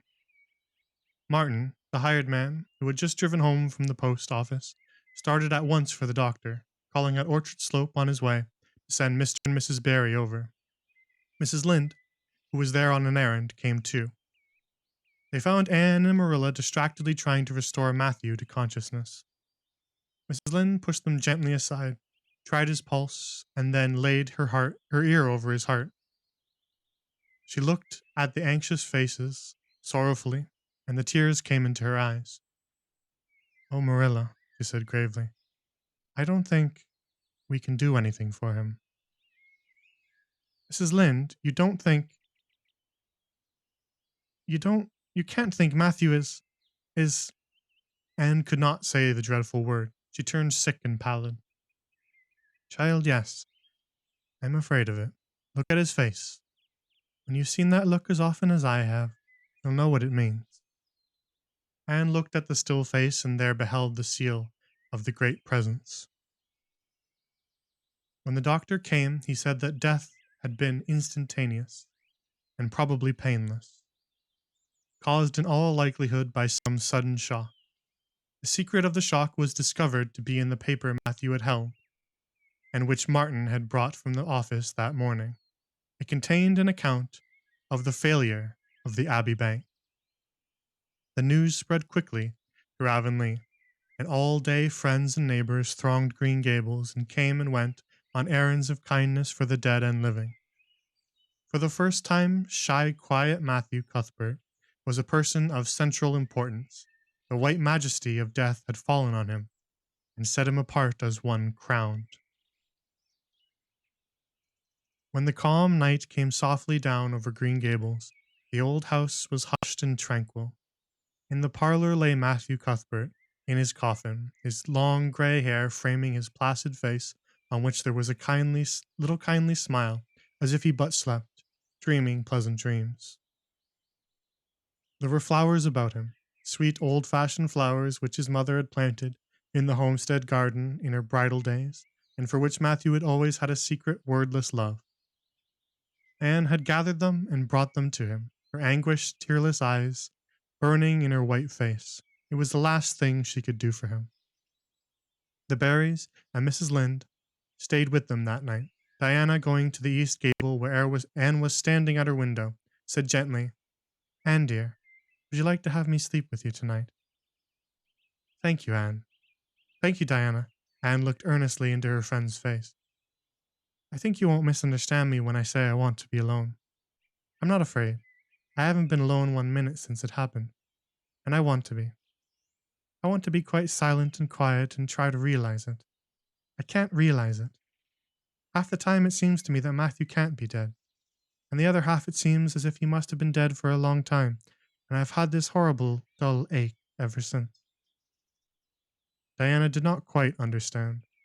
Marilla's impassioned grief, breaking all the bounds of natural reserve and lifelong habit in its stormy rush, she could comprehend better than Anne's tearless agony. But she went away kindly, leaving Anne alone to keep her first vigil with sorrow. Anne hoped that the tears would come in solitude. It seemed to her a terrible thing that she could not shed a tear for Matthew. whom she had loved so much and who had been so kind to her. Matthew, who had walked with her last evening at sunset and was now lying in the dim room below, with that awful peace on his brow. But no tears came at first, even when she knelt by her window in the darkness and prayed, looking up to the stars beyond the hills. No tears, only the same horrible dull ache of misery that kept on aching until she fell asleep, worn out with the day's pain and excitement. In the night she awakened, with the stillness and the darkness about her, and the recollection of the day came over her like a wave of sorrow. She could see Matthew's face smiling at her, as he had smiled when they parted at the gate that last evening. She could hear his voice saying, my girl that I am proud of." Then the tears came and Anne wept her heart out. Marilla heard her and crept in to comfort her. There, don't cry so, dearie. You can't bring him back. It isn't right to cry so. I knew that today, but I couldn't help it then. He'd always been such a good, kind brother to me. But God knows best. Oh, just let me cry, Marilla, sobbed Anne. Those tears don't hurt me like that ache did. Stay here for a little while with me and keep your arm round me, so. I couldn't have Diana stay. She's good and kind and sweet, but it's not her sorrow. She's outside of it, and she couldn't come close enough to my heart to help me. It's our sorrow, yours and mine. Oh, Marilla, what will we do without him? We've got each other, Anne, and I don't know what I'd do if you weren't here, if you'd never come. Oh, Anne, I know I've been kind of strict and harsh with you, maybe, but you mustn't think I didn't love you as well as Matthew did for all that. I want to tell you now when I can. It's never been easy for me to say things out of my heart, but at times like this it's easier. I love you as dear as if you were my own flesh and blood, and you've been my joy and comfort ever since you came to Green Gables. 2 days afterward, they carried Matthew Cuthbert over his homestead threshold, and away from the fields he had tilled, and the orchards he had loved, and the trees he had planted, and then Avonlea settled back to its usual placidity, and even at Green Gables affairs slipped into their old groove, and work was done and duties fulfilled with regularity as before. Although always with the aching sense of loss in all familiar things, Anne, new to grief, thought it almost sad that it could be so, that they could go on in the old way without Matthew. She felt something like shame and remorse when she discovered that the sunrises behind the firs and the pale pink buds opening in the garden gave her the old inrush of gladness when she saw them, that Diana's visits were pleasant to her, and that Diana's merry words and ways moved her to laughter and smiles, that, in brief, the beautiful world of blossom and love and friendship had lost none of its power to please her fancy and thrill in her heart. The life still called to her with many insistent voices.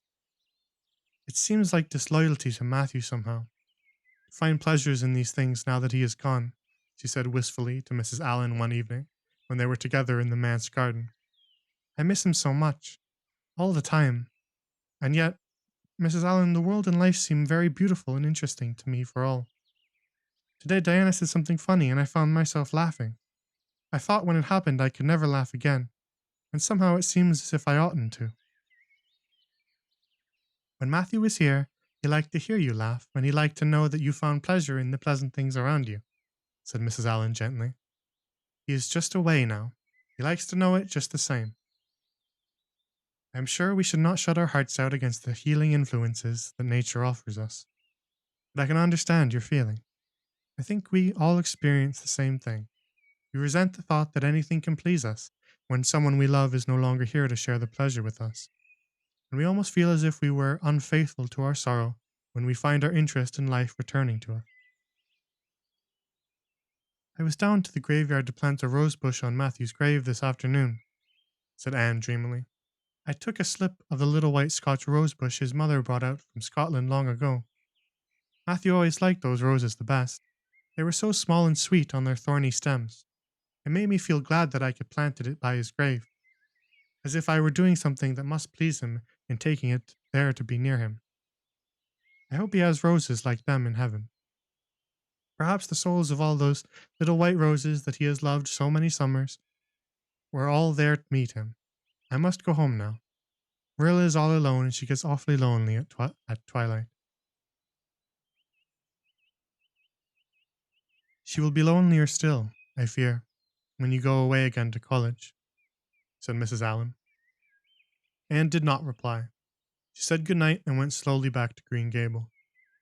Marilla was sitting on the front door steps, and Anne sat down beside her. The door was open behind them, held back by a big pink conch shell, with hints of sea sunsets in its smooth inner convolutions. Anne gathered some sprays of pale yellow honeysuckle and put them in her hair. She liked the delicious hint of fragrance, as some aerial benediction, above her every time she moved. Dr. Spencer was here while you were away, Marilla said. He says that the specialist will be in town tomorrow, and he insists that I must go in and have my eyes examined. I suppose I'd better go and have it over. I'll be more than thankful if the man can give me the right kind of glasses to suit my eyes. You won't mind staying here alone while I'm away, will you? Martin will have to drive me in, and there's ironing and baking to do. I shall be all right, but Diana will come over for company for me. I shall attend to the ironing and baking beautifully. You needn't fear that I'll starch the handkerchiefs or flavor the cake with liniment. Marilla laughed. What a girl you were for making mistakes in them days, Anne. You were always getting into scrapes. I did used to think you were possessed. Do you mind the time you dyed your hair? Yes, indeed. I shall never forget it, smiled Anne, touching the heavy braid of hair that was wound about her shapely head. I laugh a little now, sometimes when I think about what a worry my hair used to be to me. But I don't laugh much, because it was a very real trouble then. I did suffer terribly over my hair and my freckles. My freckles are really gone, and people are nice enough to tell me that my hair is auburn now. All but Josie Pye. She informed me yesterday that she really thought it was redder than ever, or at least my black dress made it look redder. And she asked me if people who had red hair ever got used to having it. Marilla, I've almost decided to give up trying to like Josie Pye. I've made what I would once have called a heroic effort to like her. But Josie Pye won't be liked. Josie is a pie, said Marilla sharply, so she can't help being disagreeable. I suppose people of that kind serve some useful purpose in society, but I must say, I don't know what it is any more than I know the use of thistles. Is Josie going to teach? No, she's going back to Queen's next year. So are Moody Spurgeon and Charlie Sloane. Jane and Ruby are going to teach, and they have both got schools. Jane at Newbridge, and Ruby at some place up west. Gilbert Blythe is going to teach too, isn't he? Yes, briefly. What a nice looking fellow he is, said Marilla absently. I saw him in church last Sunday, and he seemed so tall and manly. He looks a lot like his father did at the same age. John Blythe was a nice boy. We used to be real good friends, he and I. People called him my beau. Anne looked up with swift interest. Oh, Marilla, what happened? Why didn't you? We had a quarrel. I wouldn't forgive him when he asked me to. I meant to, after a while. But I was sulky and angry, and I wanted to punish him first. He never came back. The Blythes were all of mighty independent. But I always felt rather sorry. I've always kind of wished I'd forgiven him when I had the chance. So you've had a bit of romance in your life too, said Anne softly. Yes, I suppose you might call it that. You wouldn't think so to look at me, would you? But you never can tell about people from their outsides. Everybody has forgot about me and John. I'd forgotten myself. But it all came back to me when I saw Gilbert last Sunday. End of chapter.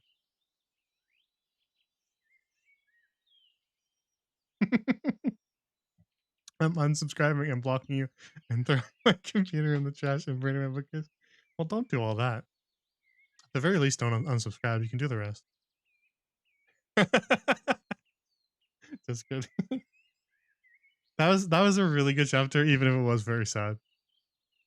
It's really well written. It feels like it pulls everything together that's been happening the entire book and sort of gives it all a sense of perspective.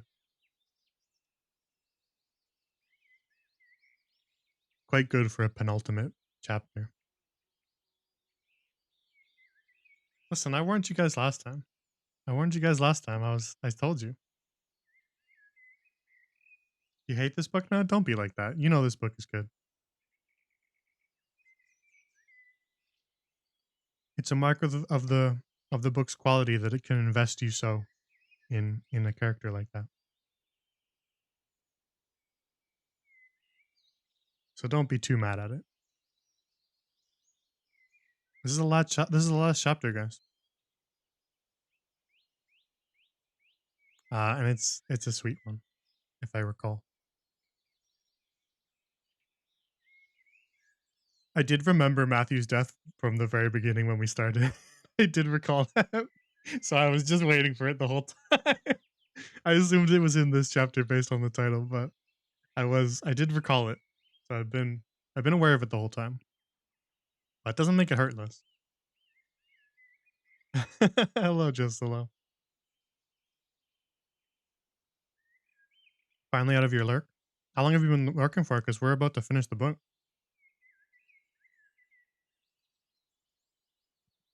We're about to wrap up our first book club. We're on the last chapter.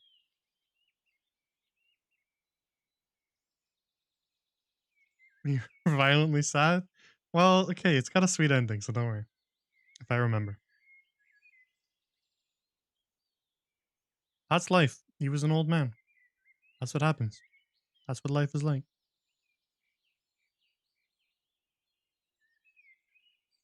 You're sad because you liked him so much, which is a good thing.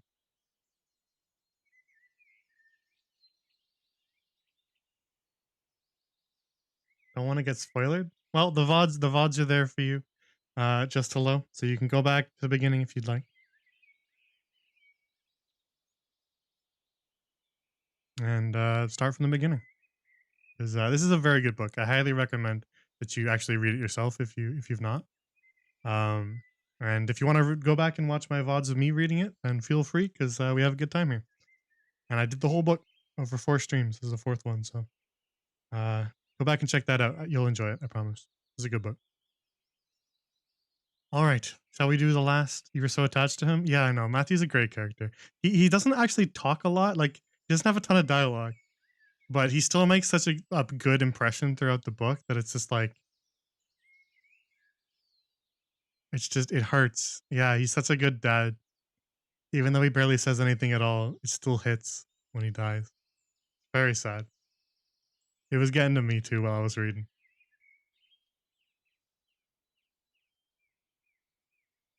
All right, shall we do the last chapter? Shall we resolve the story?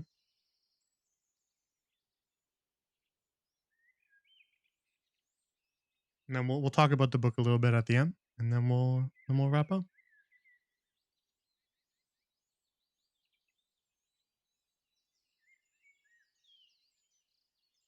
All right, let's wrap up. Let's finish this book. Last chapter, chapter 38. The bend in the road.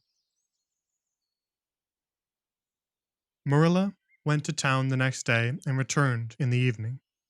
Anne had gone over to Orchard Slope with Diana and came back to find Marilla in the kitchen, sitting by the table with her head leaning on her hand. Something in her dejected attitude struck a chill to Anne's heart. She had never seen Marilla sit limply inert like that. Are you very tired, Marilla? Yes, no, I don't know, said Marilla, wearily looking up. I suppose I am tired, but I haven't thought about it. It's not that. Did you see the oculist? What did he say? Asked Anne anxiously. Yes, I saw him. He examined my eyes. He says that if I give up all reading and sewing entirely, and any kind of work that strains the eyes, and if I'm careful not to cry, and if I wear the glasses he's given me, he thinks my eyes may not get any worse, and my headaches will be cured. But if I don't, he says I'll certainly be stone blind in 6 months. Blind, Anne. Just think of it. For a minute, Anne, after her first quick exclamation of dismay, was silent. It seemed to her that she could not speak. Then she said bravely, but with a catch in her voice, Marilla, don't think of it. you know he has given you hope. If you are careful, you won't lose your sight altogether. And if his glasses cure your headaches, it will be a great thing. I don't call it much hope, said Marilla bitterly. What am I to live for if I can't read or sew or do anything like that? I might as well be blind, or dead. And as for crying, I can't help that when I get lonesome. But there, it's no good talking about it. If you'll get me a cup of tea, I'll be thankful. I'm about done out. Don't say anything about this to anyone for a spell yet, anyway. I can't bear that folks should come here to question and sympathize and talk about it. When Marilla had eaten her lunch, Anne persuaded her to go to bed. Then Anne went herself to the east gable and sat down by her window in the darkness alone, with her tears and heaviness of heart. How sadly things had changed since she had sat there the night after coming home. Then she had been full of promise, full of hope and joy, and the future had looked rosy with promise. Anne felt as if she had lived years since then, but before she went to bed there was a smile on her lips and peace in her heart. She had looked her duty courageously in the face, and found it a friend, as duty ever is when we meet it frankly. One afternoon, a few days later, Marilla came slowly in from the front yard, where she had been talking to a caller, a man who Anne knew by sight as Sadler from Carmody. Anne wondered what he could have been saying to bring that look to Marilla's face. What did Mr. Sadler want, Marilla? Marilla sat down by the window and looked at Anne. There were tears in her eyes in defiance of the oculist's prohibition, and her voice broke as she said, He heard that I was going to sell Green Gables and he wants to buy it. Buy it? Buy Green Gables? Anne wondered if she had heard aright. Oh, Marilla, you don't mean to sell Green Gables? Anne, I don't know what else there is to be done. I've thought it all over. If my eyes were strong, I could stay here and make out to look after things and manage with a good hired man. But as it is, I can't. I may lose my sight altogether. And anyway, I'll not be fit to run things. Oh, I never thought I'd live to see the day when I'd have to sell my home. But things would only go behind worse and worse all the time, till nobody would want to buy it. Every cent of our money went in that bank, and there's some notes Matthew gave last fall to pay. Mrs. Lynde advises me to sell the farm and board somewhere. With her, I suppose. It won't bring much. It's small and the buildings are old. But it'll be enough for me to live on, I reckon. I'm thankful you have provided for with that scholarship, Anne. I'm sorry you won't have a home to come to in your vacations, that's all. But I suppose you'll manage somehow. Marilla broke down and wept bitterly. You mustn't sell Green Gables, said Anne resolutely. Oh, Anne, I wish I didn't have to. But you can see for yourself. I can't stay here alone. I'd go crazy with trouble and loneliness. And my sight would go. I know it would.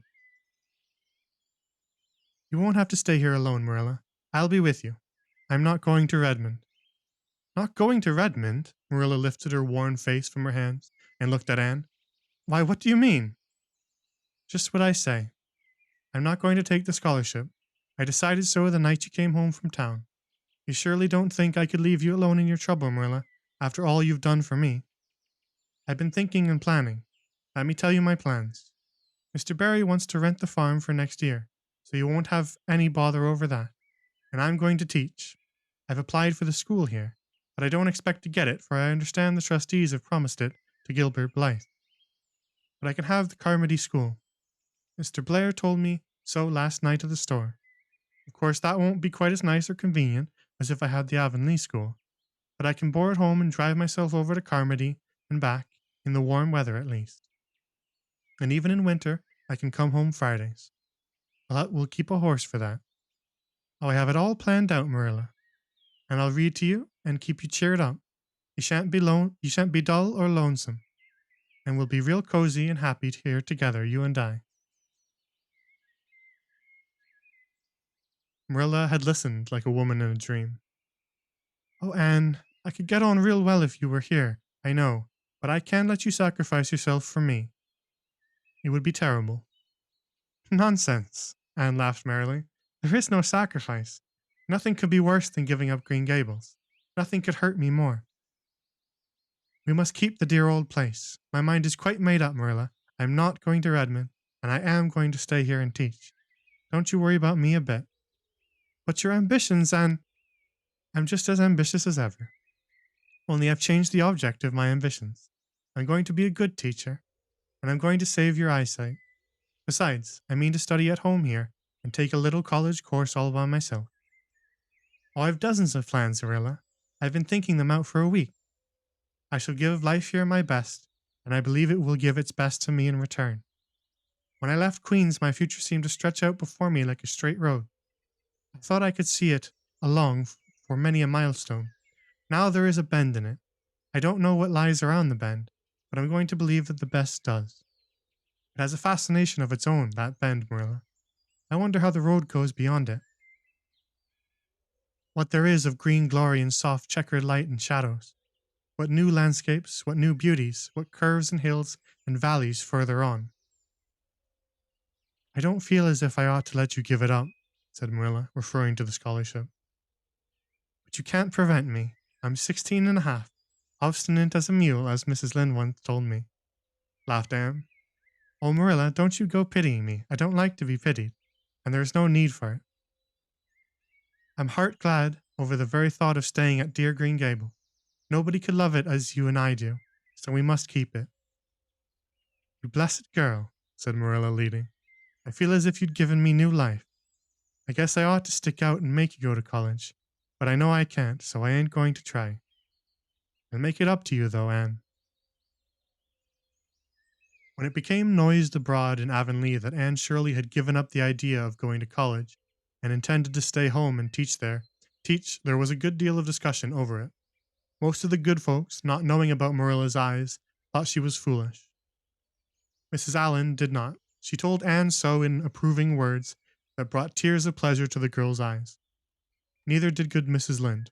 She came up one evening and found Anne and Marilla sitting at the front door in the warm, scented summer dusk. They liked to sit there when the twilight came down and the white moths flew about in the garden and the odor of mint filled the dewy air.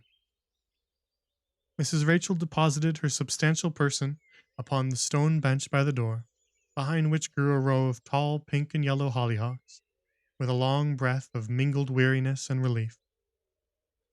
I declare I'm getting glad to sit down. I've been on my feet all day, and 200 pounds is a good bit for 2 feet to carry around. It's a great blessing not to be fat, Marilla. I hope you appreciate it. Well, Anne, I hear you've given up your notion of going to college. I was real glad to hear it. You've got as much education now as a woman can be comfortable with. I don't believe in girls going to college with the men and cramming their heads full of Latin and Greek and all that nonsense. But I'm going to study Latin and Greek all the same, Mrs. Lynde, said Anne, laughing. I'm going to take my arts course right here at Green Gables. I study everything that I would at college. Mrs. Lynde lifted her hands in holy horror. Anne Shirley, you'll kill yourself. Not a bit of it. I shall thrive on it. I'm not going to overdo things. As Josiah Allen's wife says, I shall be medium. But I'll have lots of spare time in the long winter evenings, and I've no vocation for fancy work. I'm going to teach over at Carmody, you know. I don't know it. I guess you're going to teach right here in Avonlea. The trustees have decided to give you the school. Mrs. Lynde, cried Anne, springing to her feet in surprise. Why, I thought they'd promised it to Gilbert Blythe. So they did. But as soon as Gilbert Blythe heard that you'd applied for it, he went to them. They had a business meeting at the school last night, you know, and told them that he withdrew his application and suggested that they accept yours. He said he was going to teach at White Sands. Of course, he knew how much you wanted to stay with Marilla, and I must say, I think it was real kind and thoughtful in him. That's what. Real self-sacrificing, too. For he'll have his board to pay at White Sands, and everybody knows he's got to earn his own way through college. So the trustees decided to take you. I was tickled to death when Thomas came home to tell me. I don't feel that I ought to take it, murmured Anne. I mean, I don't think I ought to let Gilbert make such a sacrifice for me. I guess you can't prevent him now. He signed papers with the White Sands trustees, so it wouldn't do him any good if you were to refuse. Of course you'll take the school. You'll get along all right now that there are no pies going. Josie was the last of 'em, and a good thing she was, that's what. There's been some pie or other going to Avonlea School for the last 20 years, and I guess their mission in life was to keep school teachers reminded that Earth isn't their home. Bless my heart. What does all that winking and blinking at the Barry Gable mean? Diana is signaling for me to go over, laughed Anne. You know, we keep up with the old custom. Excuse me while I want to run over and see what she wants. Anne ran down the clover slope like a deer and disappeared in the furry shadows of the haunted wood. Mrs. Lynde looked over her indulgently. There's a good deal of the child about her yet in some ways. There's a good deal more of the woman about her in others, retorted Marilla, with a momentary return of her old crispness. But crispness was no longer Marilla's distinguishing characteristic. As Mrs. Lynde told her Thomas that night, Marilla Cuthbert has got mellow. That's what. Anne went to the little Avonlea graveyard the next evening to put fresh flowers on Matthew's grave and water the Scotch rosebush. She lingered there until dusk, liking the peace and calm of the little place, with its poplars whose rustle was like low, friendly speech, and its whispering grasses growing at will among the graves. When she finally left it and walked down the long hill that sloped to the lake of shining waters, it was past sunset and all Avonlea lay before her in a dreamlike afterlight, a haunt of ancient peace. There was a freshness in the air, as of a wind that had been blown over honey-sweet fields of clover. Home lights twinkled out here and there among the homestead trees. Beyond lay the sea, misty and purple, with its haunting, unceasing murmur. The west was a glory of soft mingled hues, and the pond reflected them all still, in still softer shadings. The beauty of it all thrilled Anne's heart, and she gratefully opened the gates of her soul to it. Dear old world, she murmured, you are very lovely, and I am glad to be alive in you. Halfway down the hill, a tall lad came whistling out of a gate before the Blythe homestead.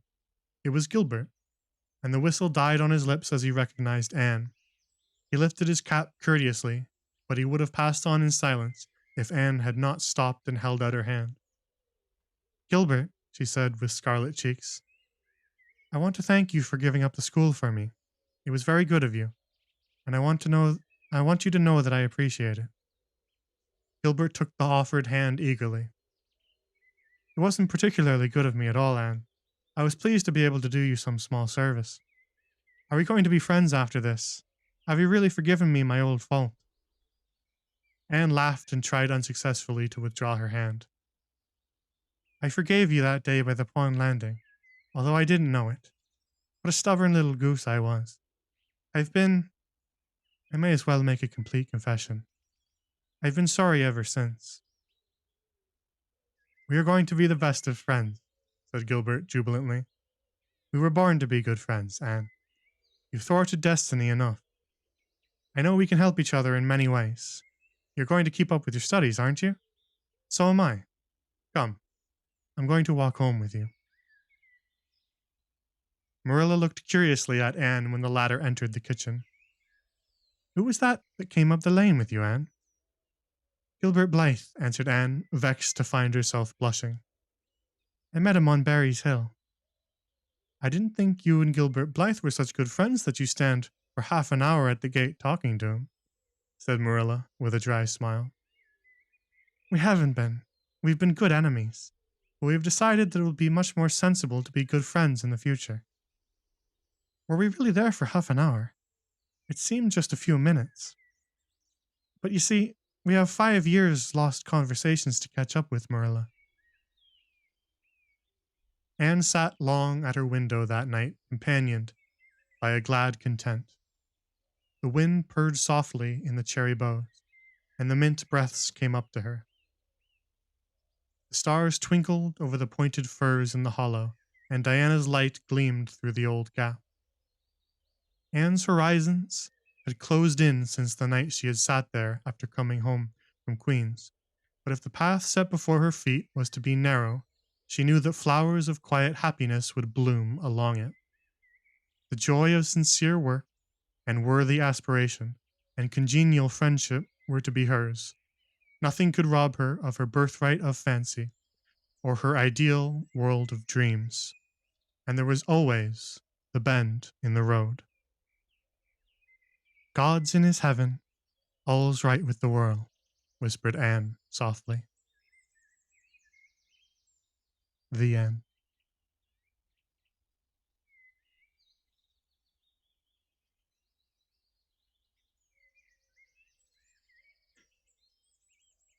Let's go back to the beginning.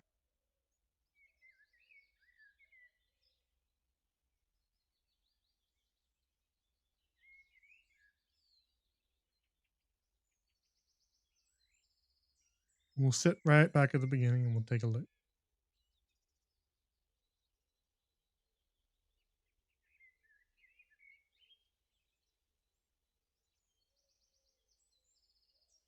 All right, there we go. Right back at the beginning.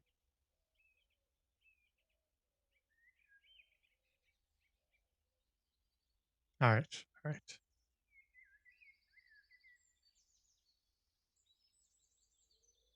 Let's get a little bit of music and let's hang out for a little bit.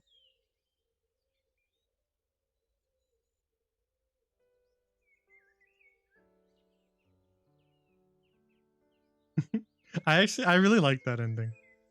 Uh, it obviously leaves a lot open to the future, but that's absolutely the point, right? The entire point is that there's a lot ahead of her, and that it doesn't matter so much what it is. It should be all right. For those who aren't aware, for those who are very unfamiliar with this is an entire series of books. Lucy Maud Montgomery wrote a whole bunch of them. I think the first one works really well self-contained, but uh, from what I understand, the others are quite good too.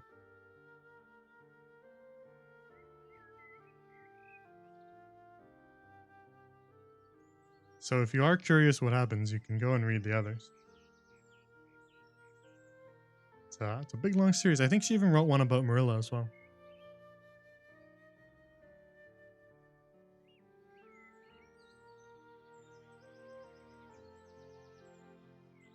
I think what's interesting is the end of that last chapter there. Um, it touches back on all the first notes of the beginning when we first met Anne. When she walks home, it kind of touches those same couple things that they did when she drove home with Matthew, when she first named all of the little places. And so it kind of gives this like soft nostalgia, even just from the beginning of the book itself, right?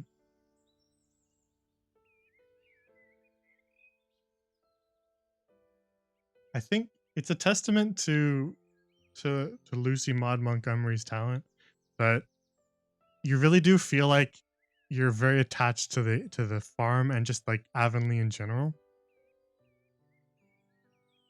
Like it feels really tangible, and even like the small little characters you get attached to, and it feels very real.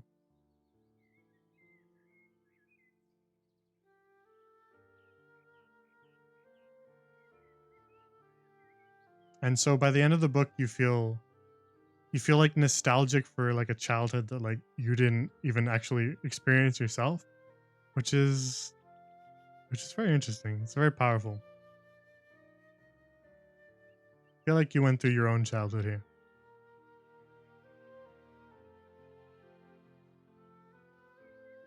It really is a pleasant book, as you say, chat.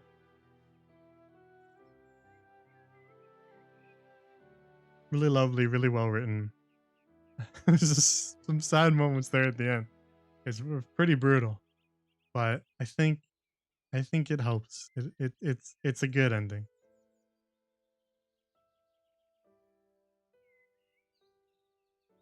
There's sort of a an obvious theme of of just growing up and the comparison between um like childhood versus adulthood and which parts are valuable in each. It's kind of the same thing as like Peter Pan sort of plays with. Um, of the fact that like growing up is obviously important, but you can't like lose things when you grow up. That there still needs to be something from your childhood there, right?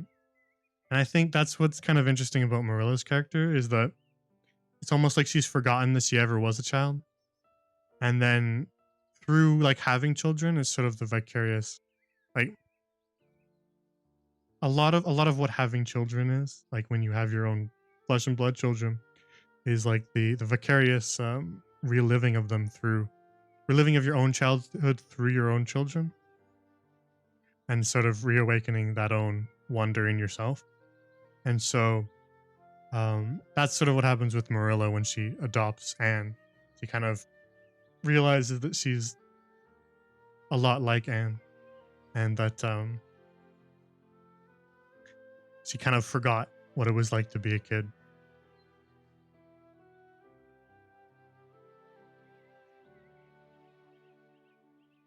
And the bit with Gilbert at the end is really nice. She resolves that quite nicely. Um, Gilbert's such a nice guy. He was really mean to for a lot of that book just because that one thing he did, but he's a real stand-up guy, huh?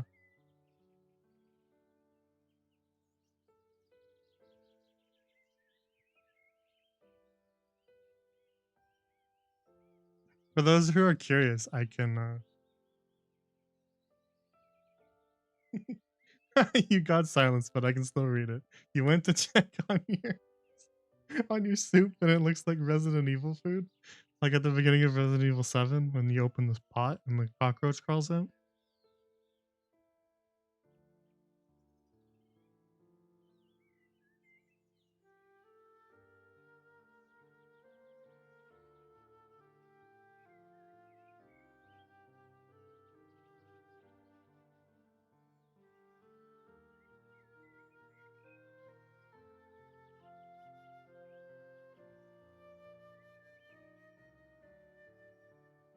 It looks awful. Yeah, you're having no luck with food tonight, huh?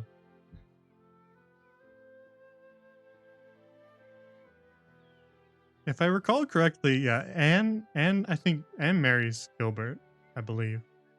I don't know when it happens. There's like 6 more books, but she does marry Gilbert.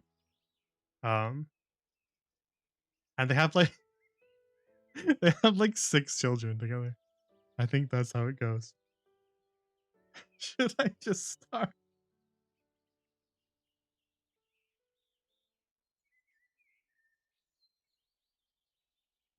Yeah, 6 kids, something like that. Yeah, her and Gilbert. I mean, it's not that much for back in that day, I guess. We kind of consider that to be a lot, but probably wouldn't be that extreme back in the day.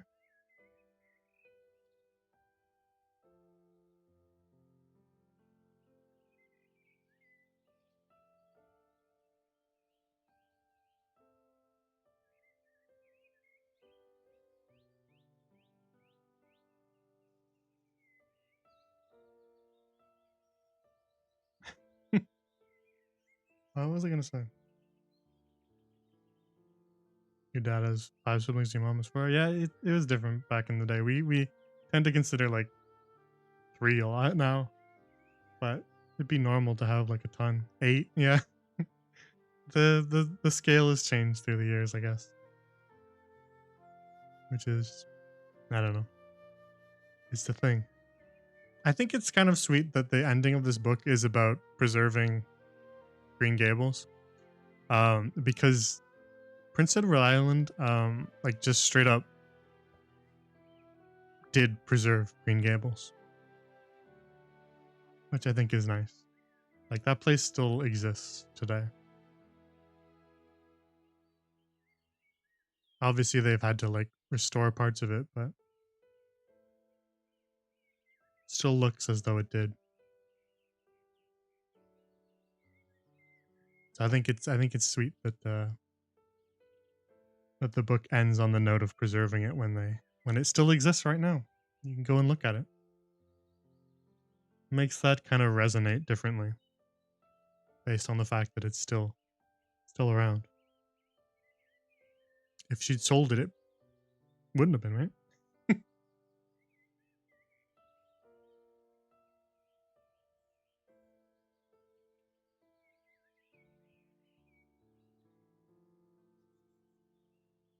Your uncle has 8 kids, but he's rich, so it's okay. Fair enough.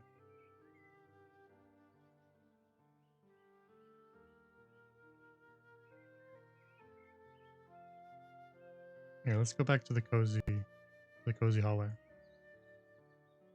If you were wondering what the art that I'm sitting in front of is from, like this one, and sorry, this one.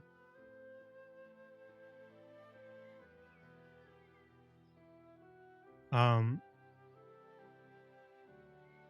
this is actually Prince Edward Island art of it, at least. If you couldn't tell, with the red soil roads. I was trying to make it fit, but then it was just so comfy that I kept it. And I am sitting in Green Gables, art of Green Gables, right now. That's what this was, if you couldn't tell. This is from the this is scene art, background art, like cells of the background art um from the animated Anne of Green Gables series. Um, which if you didn't know that existed, it does. It does actually exist. And interestingly enough, actually, when I say animated, I mean anime. I mean Japanese anime.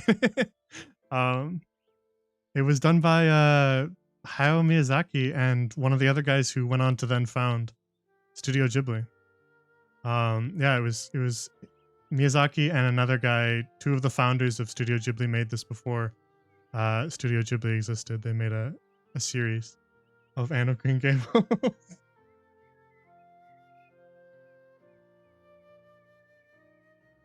So that's where the art looks really nice. It's from that show.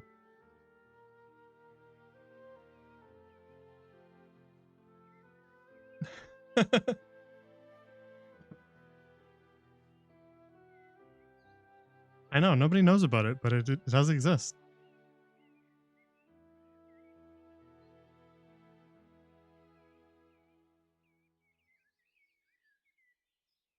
So if you want to experience it all over again, you can go watch that. But you're going to have to watch Matthew die again.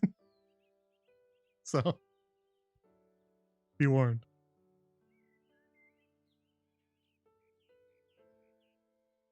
It was part of some like old classics masterpiece theater thing that they were doing. They did like a Heidi one as well and other like old pieces of literature. Yeah, can you handle Matthew dying in that's what is essentially the Studio Ghibli style? So I don't know. That seems brutal. But all the art is insane. It's so gorgeous. They obviously did a ton of like scouting the real location.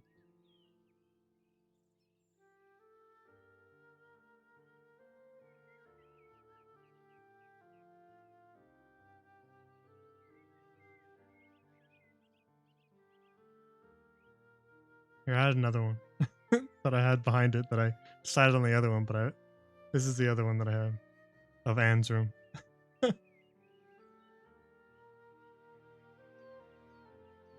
I was gonna switch it around, but I forgot.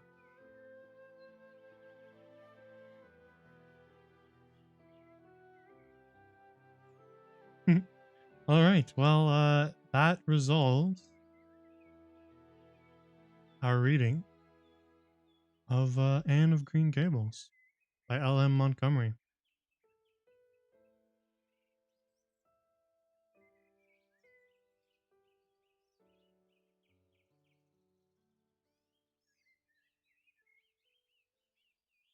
The book and cover chat. Just got a Disco Elysium achievement. It says unbelievably. I mean, yeah, that sounds like the game.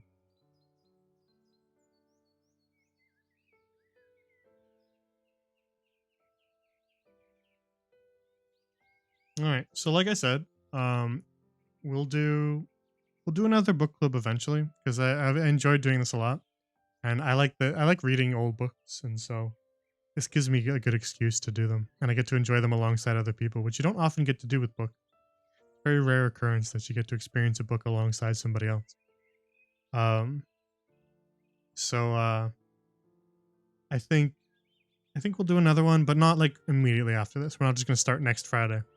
We're gonna do probably more D&D stuff because I miss having 2 campaigns, even if it was very busy to have 3. I was kind of like I was kind of like enjoying the slightly more relaxed life of, because I got busy with like work things and then other stuff, life stuff. So I just kind of dialed it back to 1 for a little bit, and then I was like, okay, this is kind of nice. But now that we've got an open slot, I think my schedule can handle another one. So maybe we won't go back to 3, but we'll try to go back to 2. We'll see. At the very least, we'll do a one shot soon. If maybe next Friday if I can get it together. So that'll be fun. And yeah, we will. We'll do another book club eventually. If I get busy doing other things, then maybe we'll bring it back around. Because right now Wednesdays are filled with Disco Elysium, but they won't always be. So we'll see if I fill them with something else once we're done Disco Elysium. Or what kind of happens with the D&D scheduling, because it might not be Friday if the players can't make it that day. We might move it to Thursday, etc. Right? Saturdays even, whatever. So depending on kind of how the schedule's going, we'll try and do. What do we want to do next? What book do we want to do next? We had a list of them somewhere, but I don't know where that went, so I'm not going to look for it. We talked about, I think Dracula is on the list because that's public domain. So we could do Dracula in like October. That'd only be a couple months from now, right? Dracula in October. It's not too far off. Give us a break from reading, and then we'll come back with another book club. Dracula for Halloween. We'll start it like kind of towards the beginning of the month, or maybe a little before, depending on how long the book is. I don't actually know. And we'll do Dracula for October.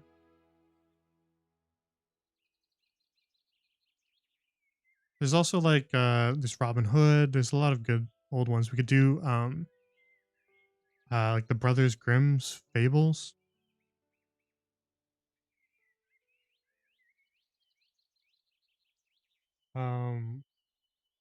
Things like that. That could be really good. you gotta drop the all caps. You keep forgetting to do your passport paperwork. Well, you should probably do that. Might be important. Yeah, there's quite a long list, but if it does like roll around to October and we've got an open slot, we could try to do Dracula for October to get in the Halloween mood, something like that. That could be fun. I've had multiple people say that we should do Dracula, so keep getting reminded because Green Gables is Canada. Not all of Canada looks like Green Gables. I can warn you that.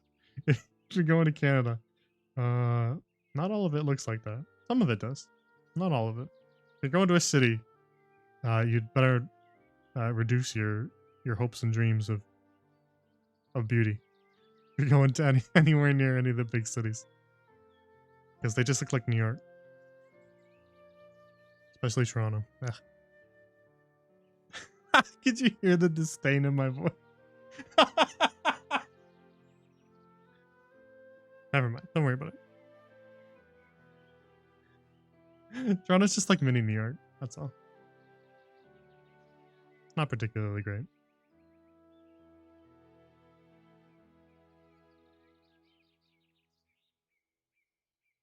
But there are still beautiful places in all the provinces. PEI is just especially pretty because it's got the red soil, lots of ocean, lots of nature, not many people. That tends to improve a location when there's less people there. But Prince Edward Island is lovely.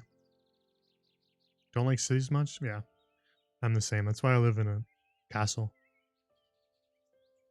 In a college, an arcane college. Far away from any cities. Want to see the nature sites? Well, there'll be a lot. There's a lot even near Toronto, to be honest.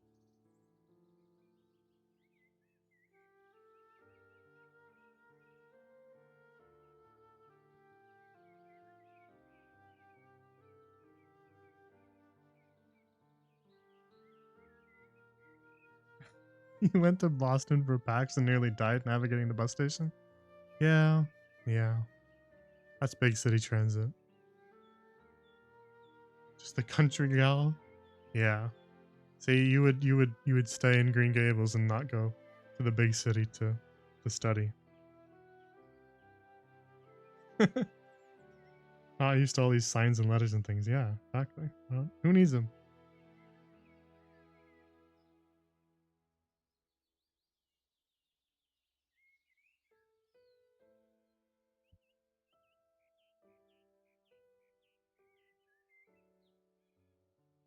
All right. So, we'll wrap up here. We've been going for 4 hours. Oh man. And I'll say good night. It's been a good time. You're surprisingly good with airplanes. I see. Anything beside that? No. So all you need is just like an airport in the middle of the countryside, and you're golden. Driving in cities kills me. Yeah. Yeah, don't drive. If you're going to Toronto, don't drive. Don't drive ever. Just don't. Same is true of New York. Just don't bother.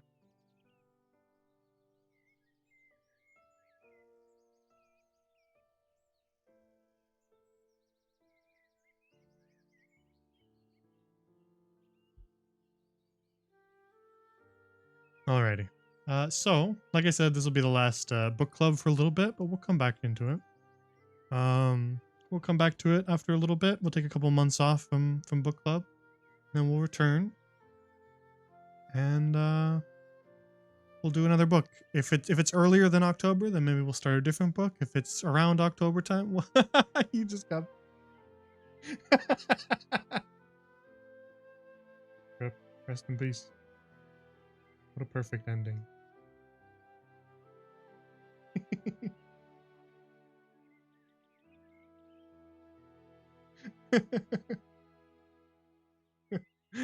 Okay, you're on silence. Careful with your caps. It's gonna get you.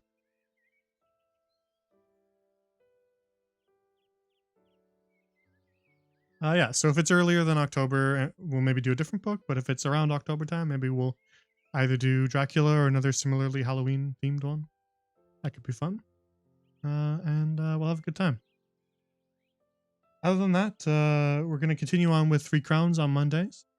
I'm going to fill this Friday slot with one shot, maybe, for the time being, while I get a new D&D campaign arranged.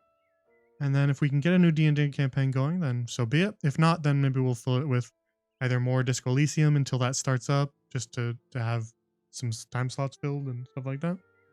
Because it kind of is really painful only playing Disco Elysium once a week. I'm like, I want to do more things. I want to talk to people. But anyway, I digress. We'll wrap up here. That has been Anne of Green Gables by L.M. Montgomery.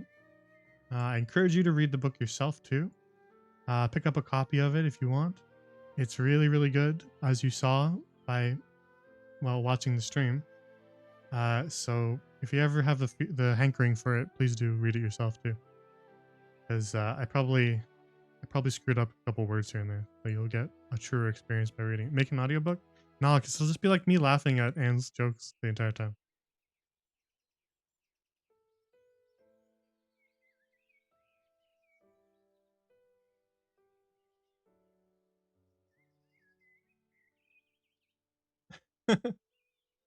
Okay, and yeah, is that what you want from your professional audiobook? You buy an audiobook off of audible.com and you just like the narrator's just like, man, that shit was hilarious. You remember that part when they're just chuckling in the background? That would be kind of funny though. Well, that's what this is. That's what this is here for. You have this version. You have the version already with me laughing.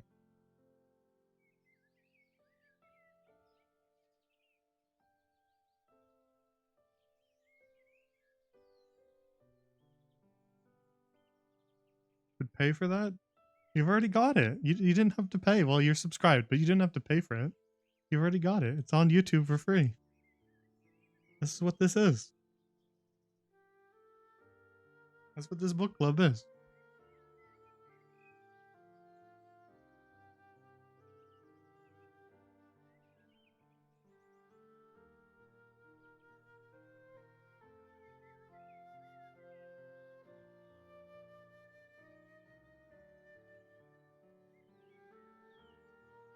Alrighty. You suppose? What do you mean? Listen, if you want to pay for the audiobook version where I'm just sitting around laughing and talking about the book while I read it, then all you have to do is just donate to the channel right now, and that's paying for what you've already gotten for free. So you've already gotten it for free, so don't bother. Don't give me money when I'm handing you something for free. Don't be foolish. Okay, how much? No, I'm not. That's I'm not allowing you to. I'll ban you if you donate. Give me a number. $17,000. Thank you. 17 grand for the book deal. Okay, that sound reasonable? I'll ban you if you donate. I'm warning you.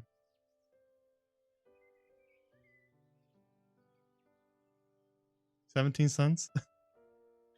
Wow, you don't expect me to lowball with 17 cents, do you? Really? Come on. Come on, I know my worth. I'm worth 17 grand. Please, please, don't lowball me like that. But anyway. um, thank you for tuning in. This was really great. I read this book a very long time ago. $5, take it or leave it. Leave it. Keep it. You use the $5 for something better. So something nice. Thanks, Grandma. Yeah, I read this book like when I was little, when I was young, when I was a baby skeleton 600 years ago. And I quite enjoyed it back then. And I always remembered that I enjoyed it, and it always kind of stuck with me in spirit, I think. Even if I forgot the events of the book, I remembered like character names and stuff like that. And I did remember that Matthew died. But the spirit of the book stuck with me, even if I forgot the little bits. And so I was eager to reread it. And I'm glad we did, because it really is probably one of my favorite books of all time. Genuinely just really well written, really heartwarming in a lot of places, genuine emotion in a lot of places, and just very comfy. I could probably reread it like every year and not grow bored of it. I probably should reread it. Well, now we can do that. Yeah, every book club is just this book again. We just repeat it and we just read it again. That'd be quite a bit to do. Could you imagine if we did that for like 60 plus years? Just every year we just do this book again. And we just don't acknowledge it. Like, we don't acknowledge that we're doing the same book again. We just go, hey, today we're gonna read Anna Green Gables. And then and then just keep doing it. And every time we get to the chapter where Matthew dies, we just sob. Could you handle that? That'd be brutal. We were laughing at the beginning. We were laughing at the beginning when we were in these chapters, and we were going, ha ha ha, remember? Look at this chapter. That's a serious title. And then we were laughing at, oh, sorry, you guys can't see anymore. That's right. We were laughing at this early when we were going, ha ha ha. Look at all these wholesome things. And then and then we get down here and you go, oh gee, that's a very serious chapter title name. I wonder what happens there. And then, and I was laughing about it because it is a funny contrast between all these wholesome little chapter titles. A new interest in life. Diana is invited to tea. The delights of anticipation. Anne's bringing up has begun. All these wholesome little, and then just the Reaper whose name is Death. It's so serious all of a sudden, but I did remember that it was Matthew the entire time that was going to die there. I was just keeping it to myself so that you guys could experience it for yourselves. It is a very well written scene, even if it's sad, even if it hurts to read. It is quite beautiful. Oh, if you talk about you dying one more time, you're donating $10 and leaving. That would be a bit of a power move, wouldn't it? If somebody does something you don't approve of, you just throw money at them and walk out the door. That would be kind of a power move. But don't do that. Don't give me money. I don't need it. Put it to better use. Anyways, today was a good stream. Finishing this book was wonderful. I really loved that last chapter. The cordial was fantastic. The raspberry cordial that I'm sure you guys were all drinking also at home, right? You guys also had your raspberry cordial that you were drinking, correct? And not currant wine. You didn't mix it up. Didn't mix it up with your currant wine and get wasted, right? You were drinking water. Yeah, you were drinking water and poison soup. You had anodyne liniment in your soup. I don't know. Just go eat like a cracker or a slice of bread or something. Don't just drink water for dinner.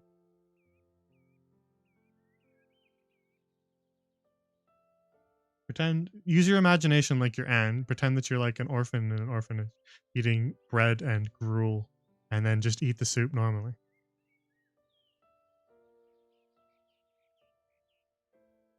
It would be so poetical, I think, and romantic, no?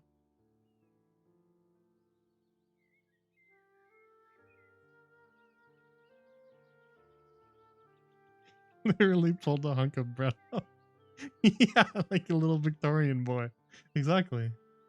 You just have to imagine. The tribulations of life are not so bad if you just imagine yourself to be experiencing a strife that is more romantic than the strife you're currently going through, right? That's exactly what Anne does. Please, sir, may I have some more? Yeah, exactly.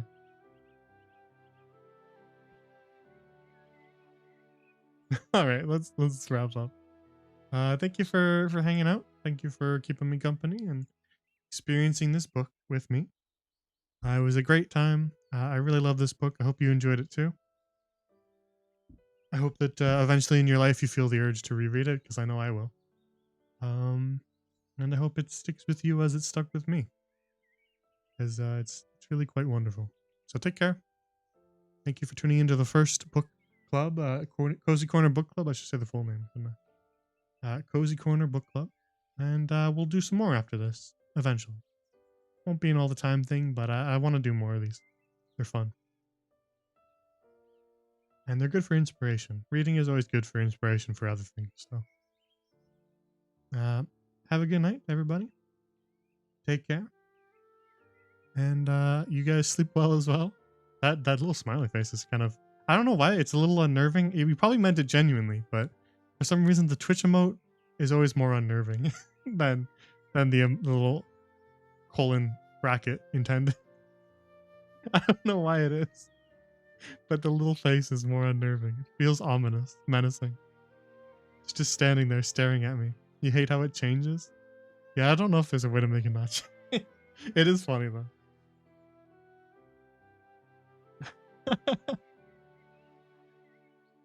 Anyways, anyway, I was wrapping up. I shouldn't go on another long tangent. Good night, everybody. Take care. Thank you for watching. Thank you for enjoying the book with me. And I'll see you guys on Monday. Take care.